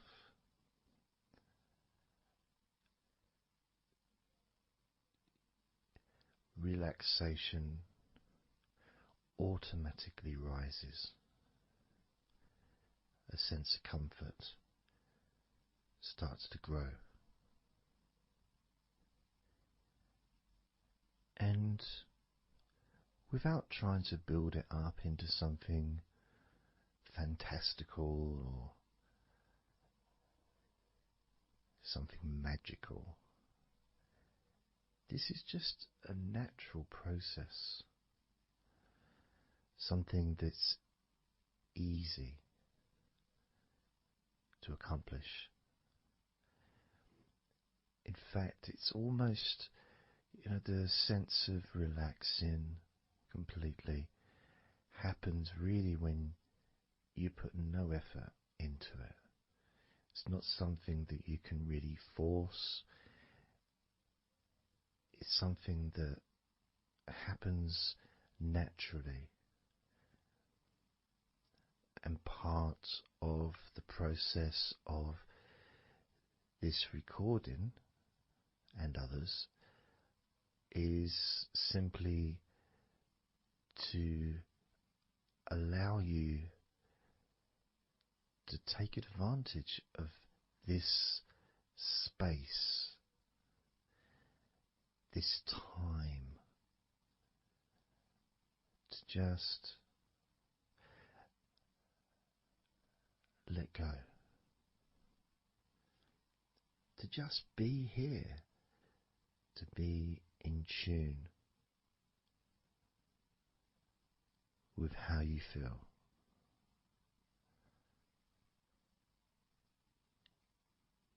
Yet with the intention of wanting to relax deeply. And maybe even to fall asleep, depending on what it is that you wish for yourself in this moment.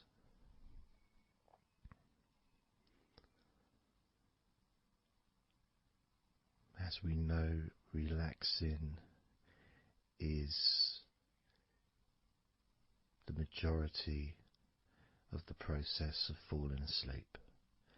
The actual falling asleep part is the tiny bit at the end.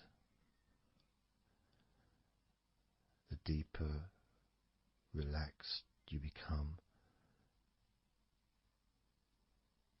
the easier you find yourself drifting.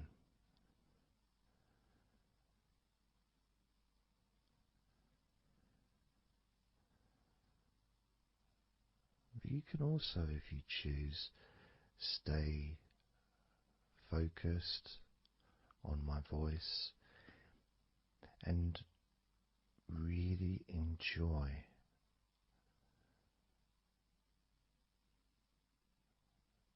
the process of gradually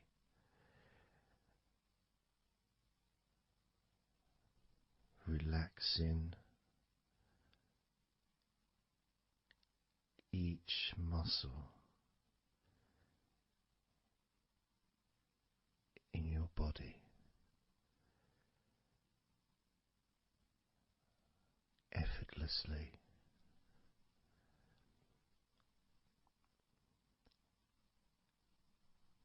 and just observing the sensation of letting go.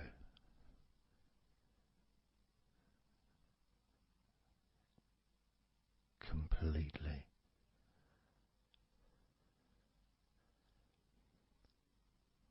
This time I'm going to count from 6 down to 1.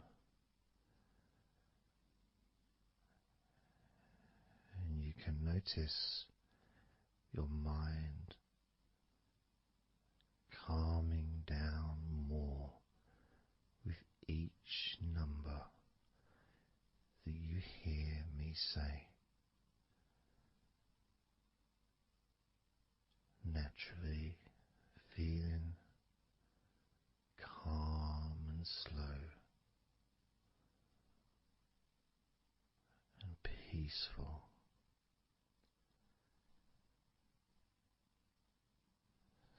6.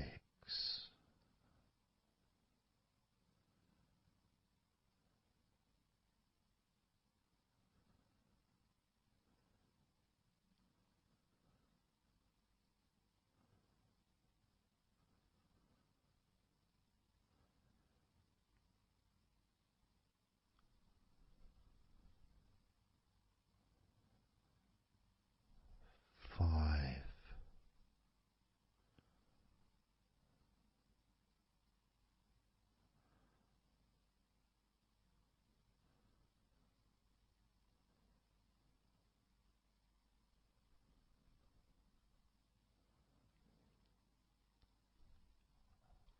4.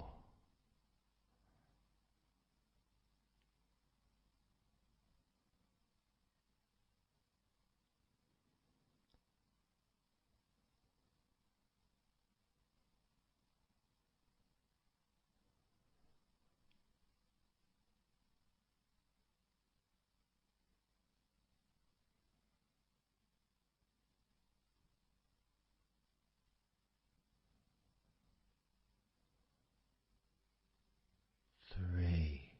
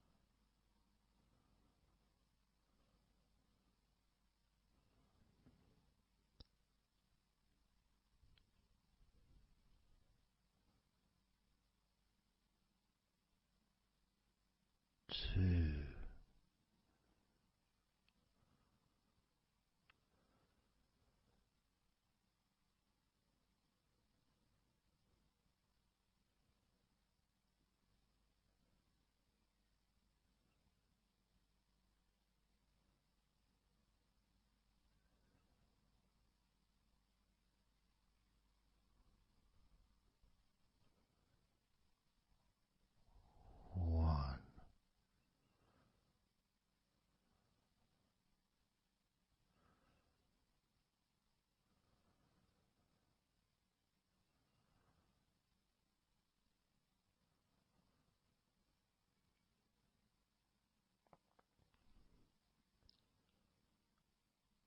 Being aware of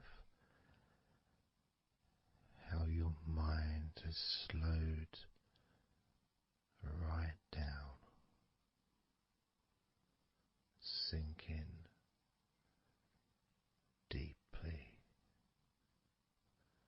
into relaxation.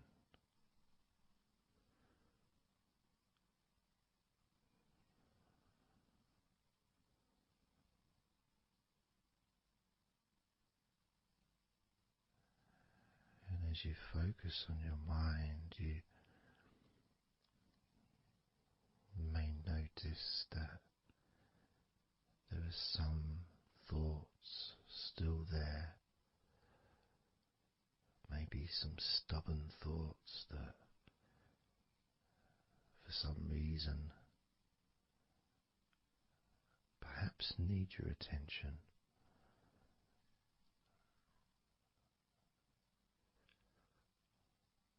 So what you can do is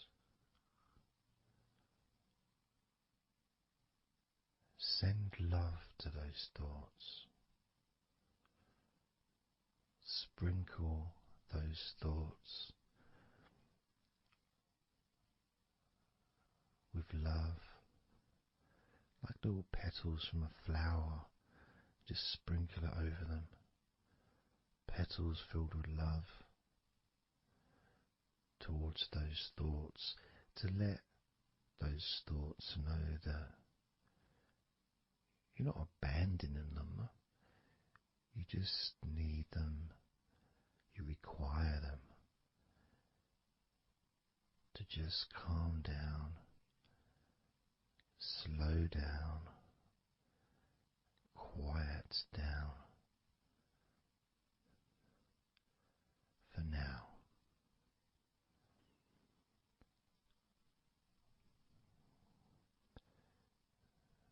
So as you focus on those remaining thoughts, as we count down this time from 7 down to 1, with each number,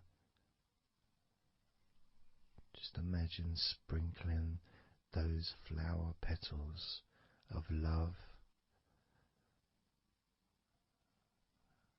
kindness, gratitude over those thoughts, which will allow them to just melt away and relax deeply. With every number,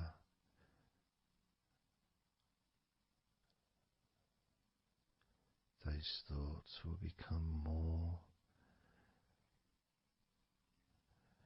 and more relaxed.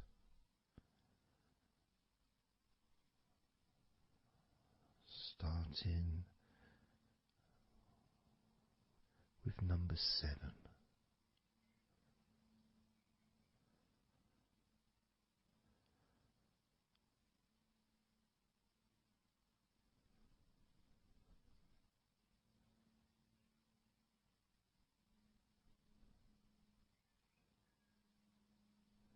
6. 5.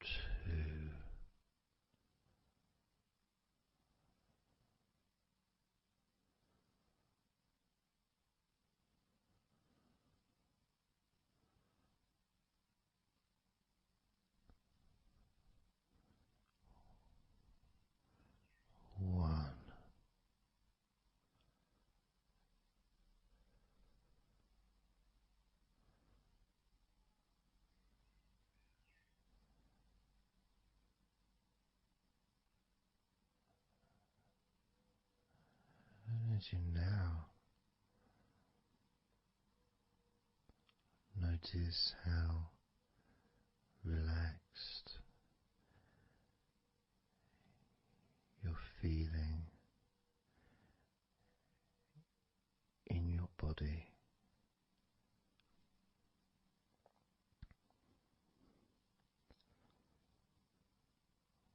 We're going to focus on your hands.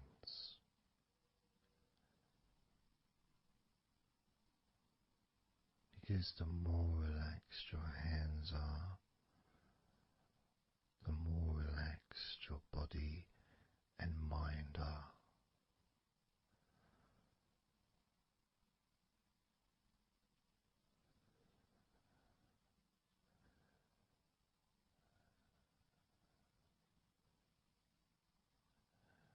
And as you focus on your hands and your fingers,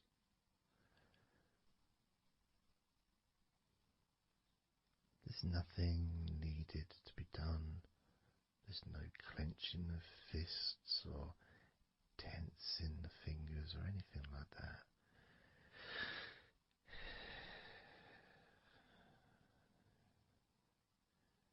It's just noticing and focusing on your hands.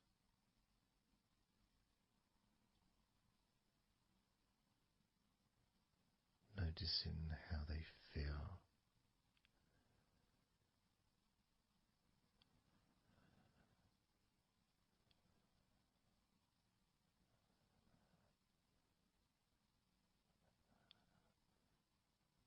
Because the more relaxed your hands feel, the calmer your mind feels, and the more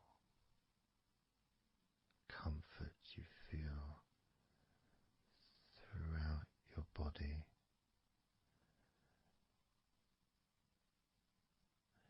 And you may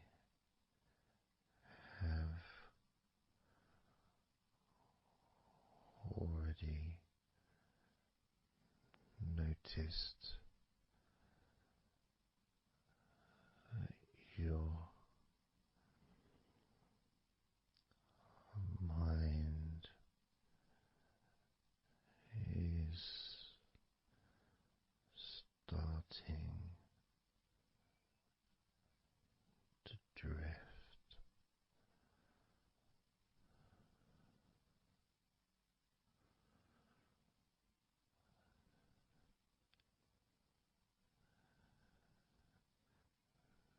Focusing just on your hands and fingers, allowing them to experience a real deepening of that relaxation in your hands and fingers.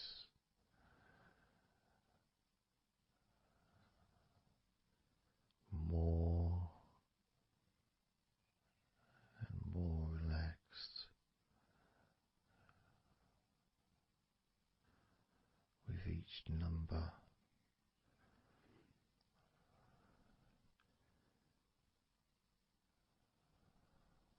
From 8 down to 1. You can almost feel that healing and relaxing energy spreading into your hands and fingers,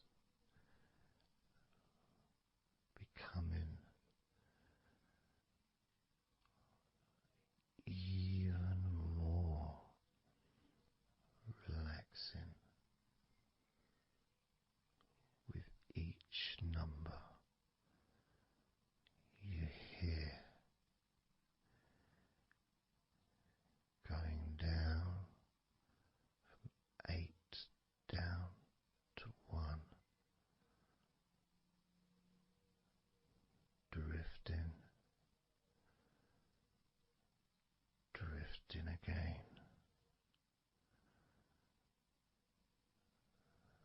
starting with number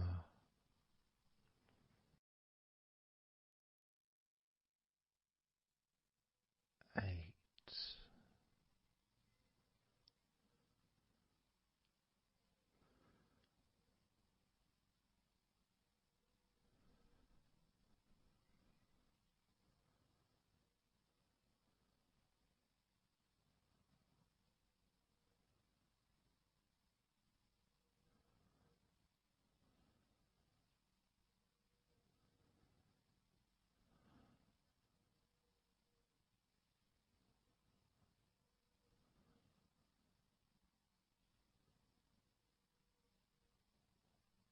7.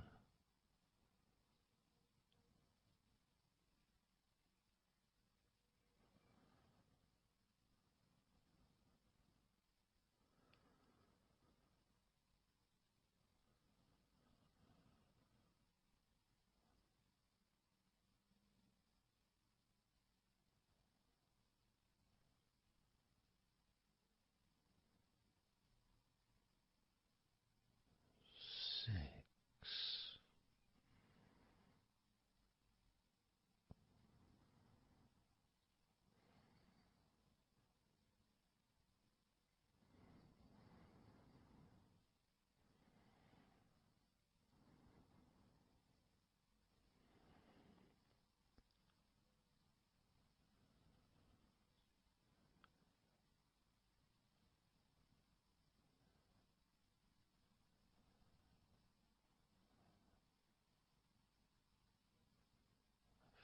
5.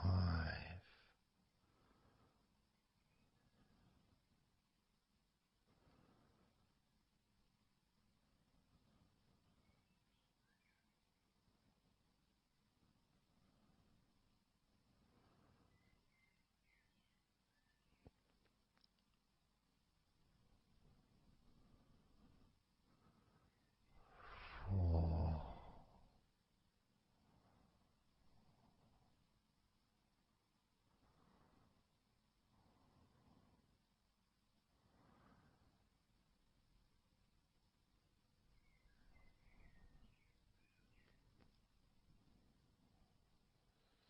3.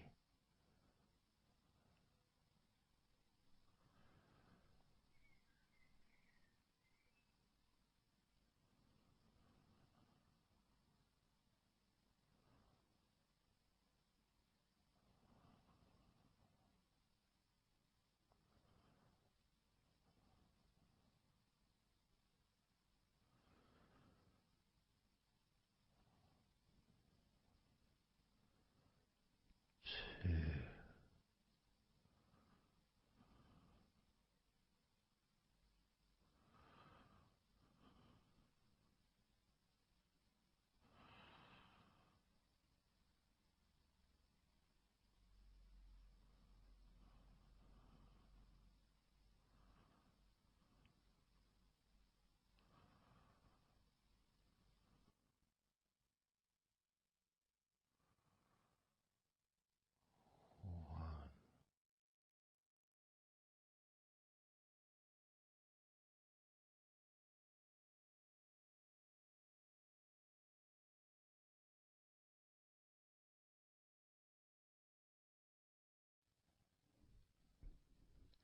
Just being here now.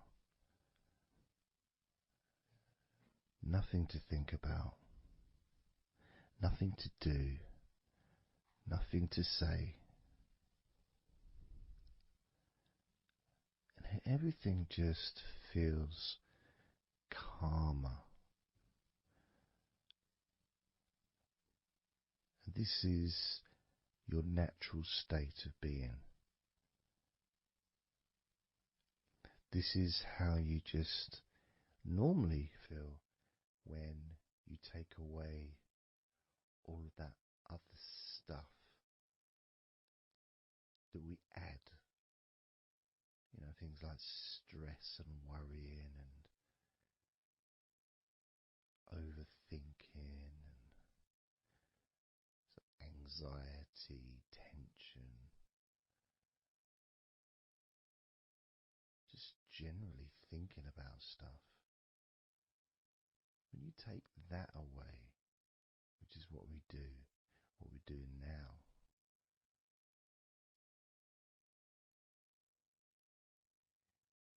you're left with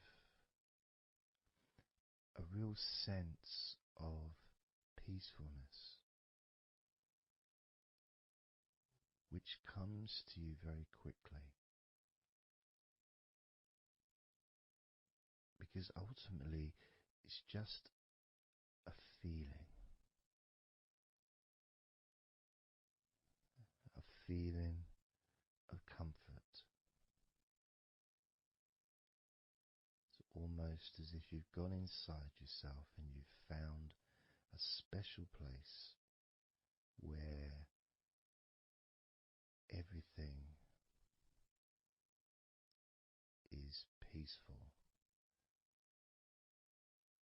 A place where you can feel relaxed and your natural sense of comfort. A place where you can be you. Where you can accept yourself for who you are. A place where you're not trying to please anybody else, ever. A place where you can actually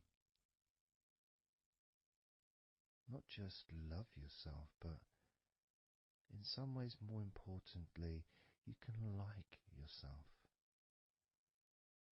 Appreciate who you are.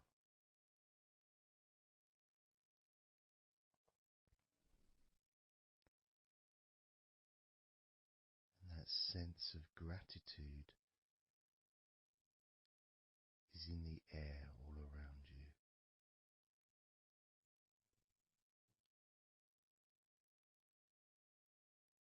And that's also a place where you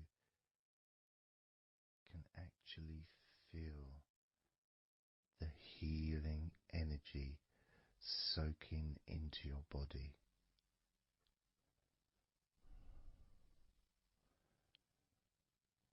Healing energy soaking into your body. And that healing energy spreads through your veins, traveling to each and every single part of your body.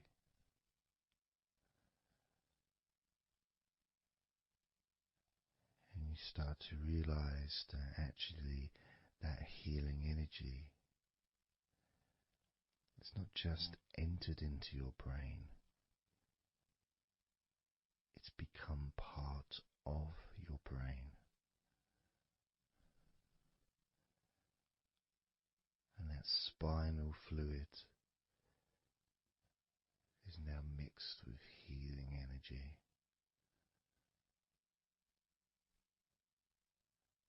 Not just allowing you to feel so much more relaxed and healthy in this moment, but also you start to realize that actually what's happening now with that healing, relaxing energy spreading through your body is actually changing your life. It's actually changing the way you're going to feel, not just now, but tomorrow and the next day, as your health improves. Not just your physical health, but your mental health. Things that used to bother you in the past for some reason no longer have the effect that they used to, because something has changed deep within you. Maybe things that used to cause you to feel anger no longer have that power to control you the way they seemed to be able to before. As you realize that you're the one who decides what affects you. You're the one who decides to feel relaxed and calm when you choose to enjoy noticing these natural developments of healing continuing to grow and improve your life day by day.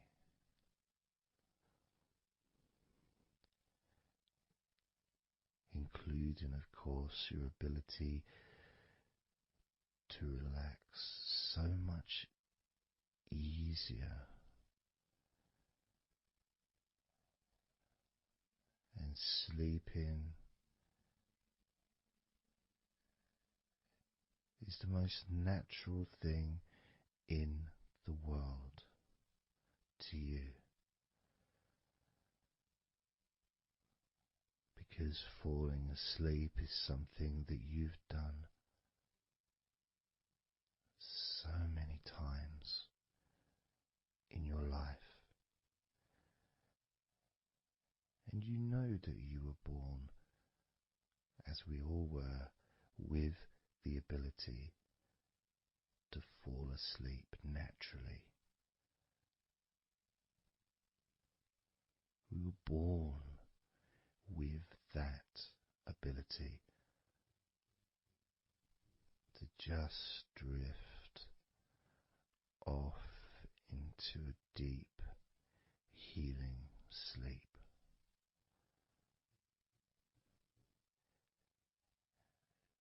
Even when we're kids, sometimes we'll fall asleep when we don't even want to. We try to stay awake.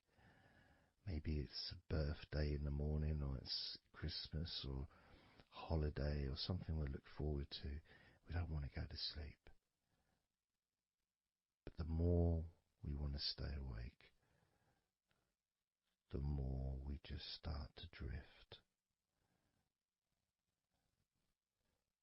And the more you fight drifting, the more you try and stop yourself from drifting asleep, the deeper and stronger that drifting becomes.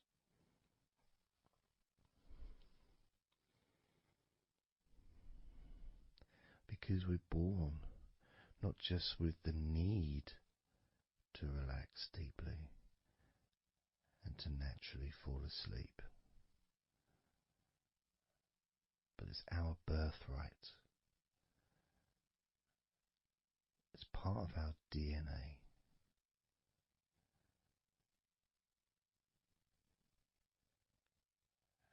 And sometimes as we get older in life, perhaps at times we have forgotten that relaxing completely is not only a wonderfully pleasant experience,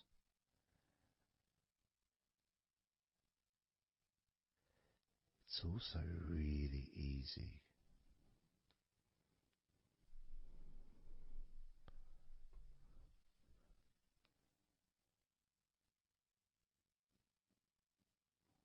very, very easy to let go, because that's all it is. It's just deciding to let go.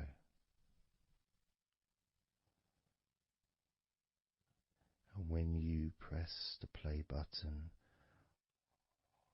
on my recordings, you have given permission for my voice to relax you. When you press that play button, you have given me permission for my words to affect you in a positive, only a positive way, opening up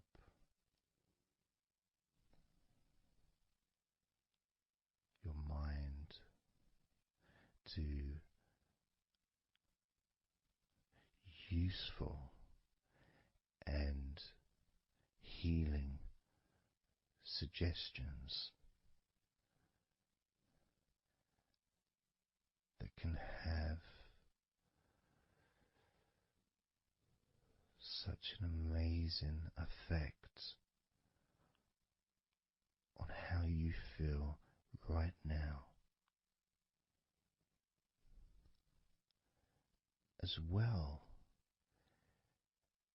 as those changes that continue long after the recording ends, those changes within you that continue to flourish and grow, transforming your life in a positive, beautiful way, allowing you to move forward in your life in the direction that you choose for yourself.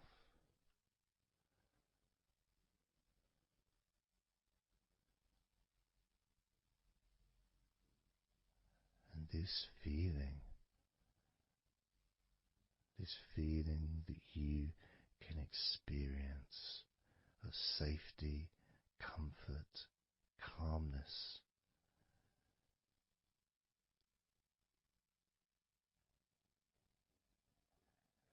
just feels so nice.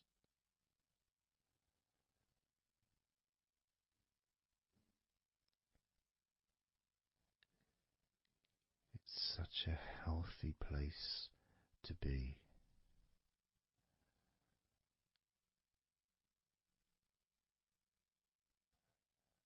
And that positivity grows within you.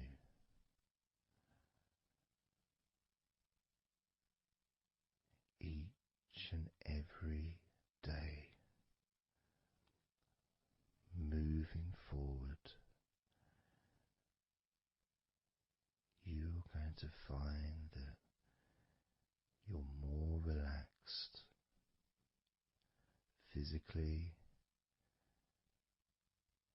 and in your mind is more relaxed. And it's not that you're thinking slower, it's just that your mind will be less clogged up with unnecessary negativity. Because from now on, your mind rejects negativity. From now on, you're going to start noticing when negativity arises, and you can just say stop. Stop. And that negativity turn around and leave you alone.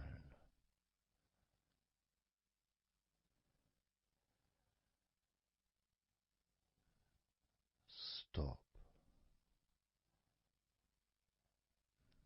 and that negativity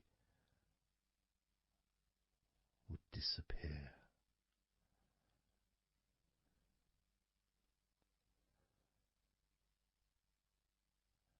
And as you notice that you feel way more relaxed than you probably expected,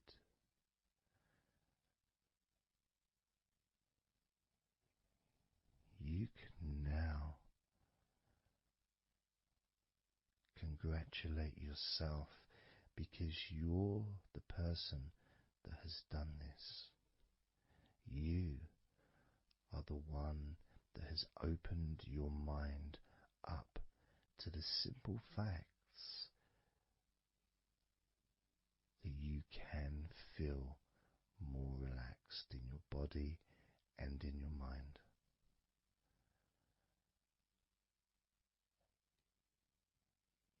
You've opened your mind up to the birthright of being able to just fall asleep easily when you choose.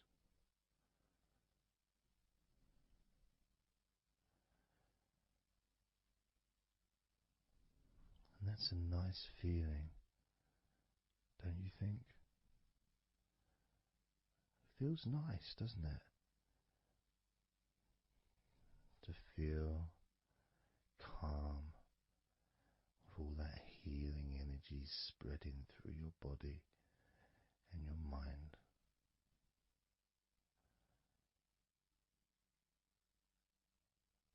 To spend time in that special place where negativity can no longer enter.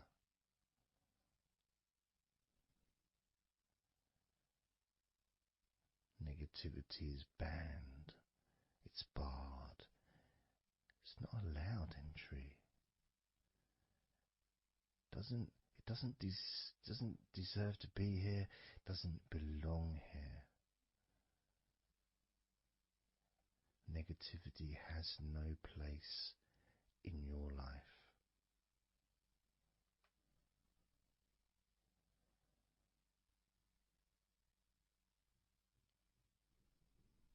Which makes room for more comfort, more healing, more relaxation,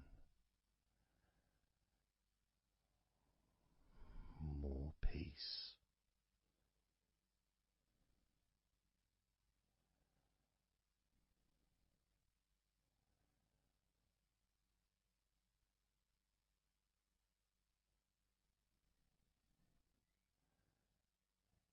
It feels nice, doesn't it? To just let go of everything.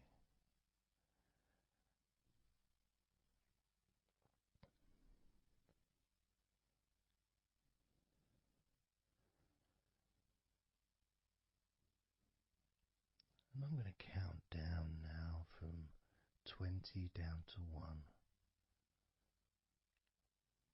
You can continue to relax. If you choose, you can drift to sleep. With every number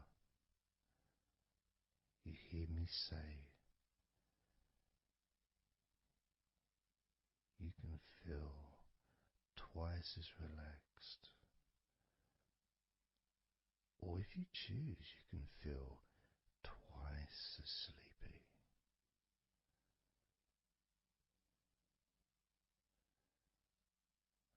Now,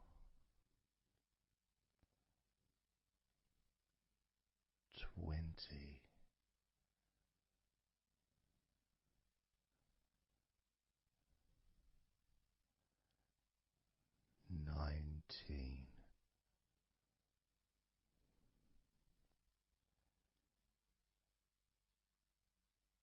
18,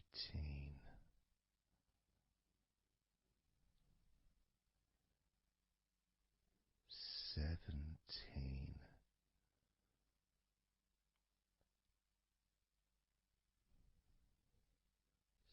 16,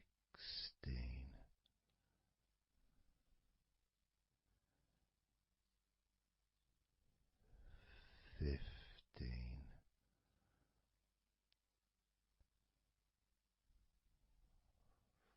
14,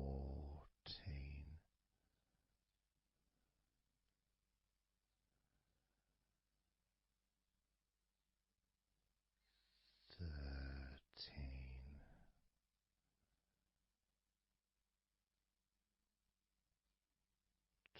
12,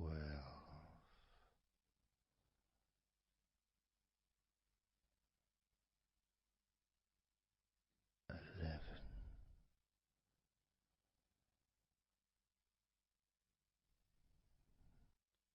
10,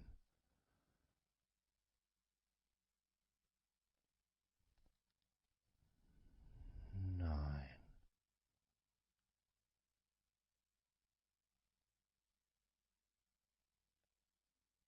8,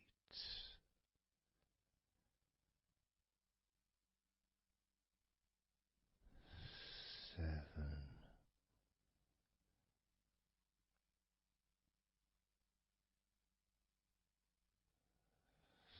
6,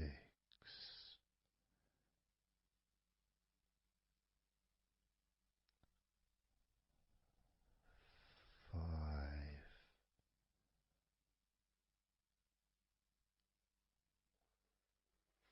4,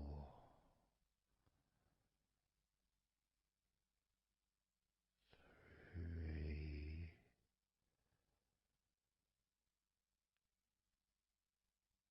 2,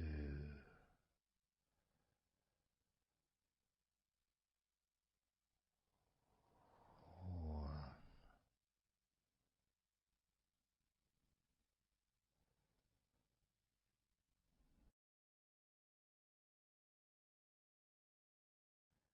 This is your time to just take a break. Your time to relax, to allow your mind to slow down.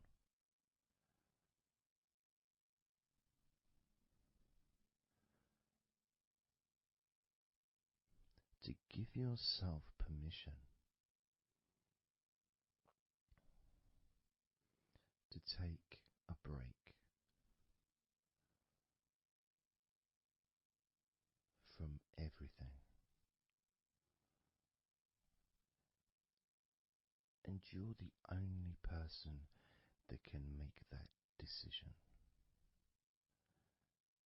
You're the only person that can actually tell your mind to just relax.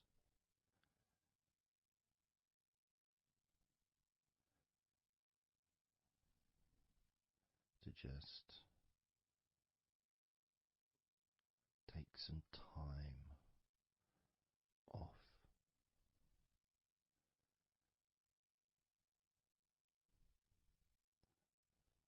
So that you can focus on your body, getting in touch with how you feel physically.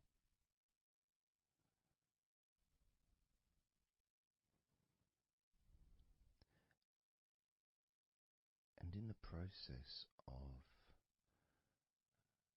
this body scan, where you focus on different parts of your body,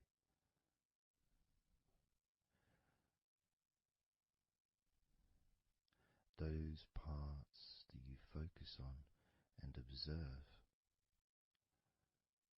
even though you're not purposely requesting for those parts of your body to relax, it's kind of expected. You expect, when you listen to my voice, to feel more relaxed naturally.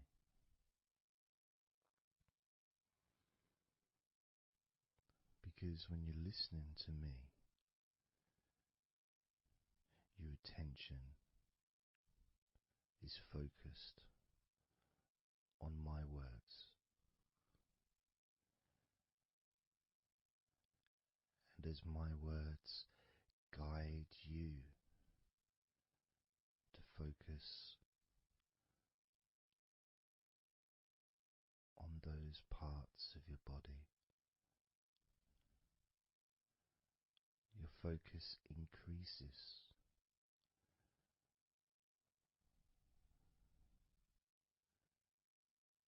Which actually calms your mind.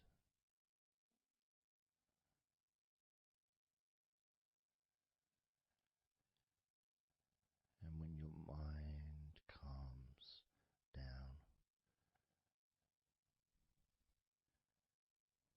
your body relaxes.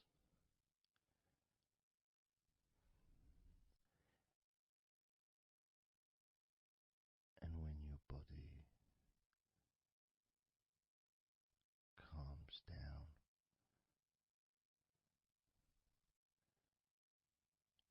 your mind relaxes.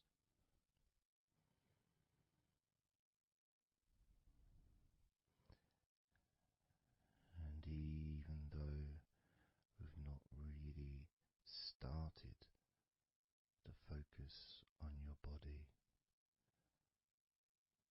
you can already feel that healing energy spreading through your body, pushing out stress and tension, healing all the parts of your body, including your skin, your bones, your blood, all of your organs inside your body, all of the muscles, all of the fat, all of everything. Every hair on your body is filled with that healing energy.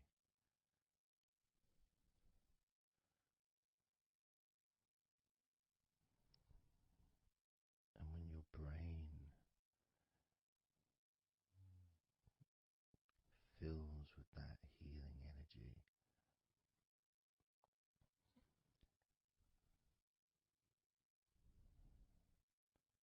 the feeling of comfort and relaxation increases.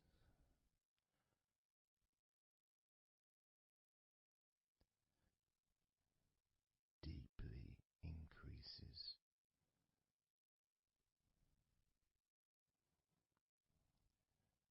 In a way that your mind starts to feel perhaps a bit drowsy,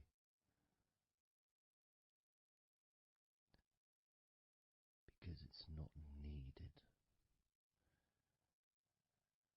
and it may start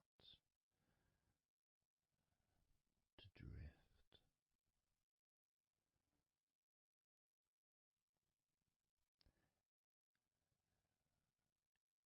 If that's what's needed.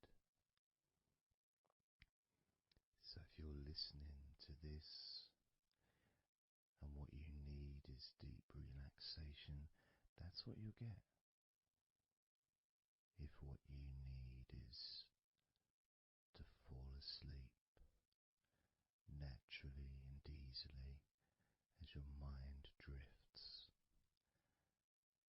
that's also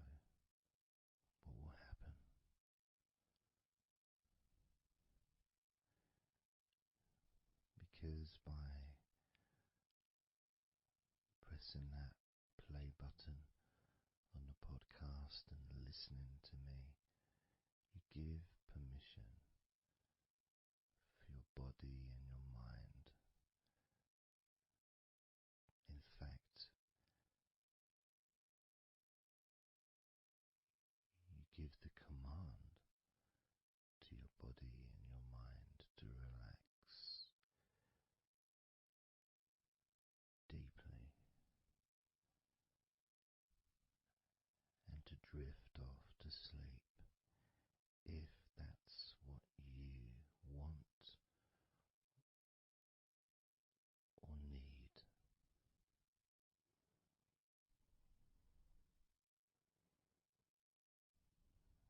And as I focus on the different parts of your body, you may start to just drift,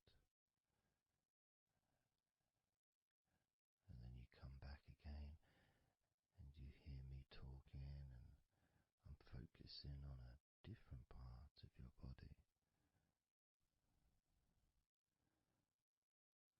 And you may find yourself drifting, but you don't realize you're drifting until you stop drifting and you're alert again to my voice, focusing on a different part of your body starts to relax even deeper. Because that drifting is basically you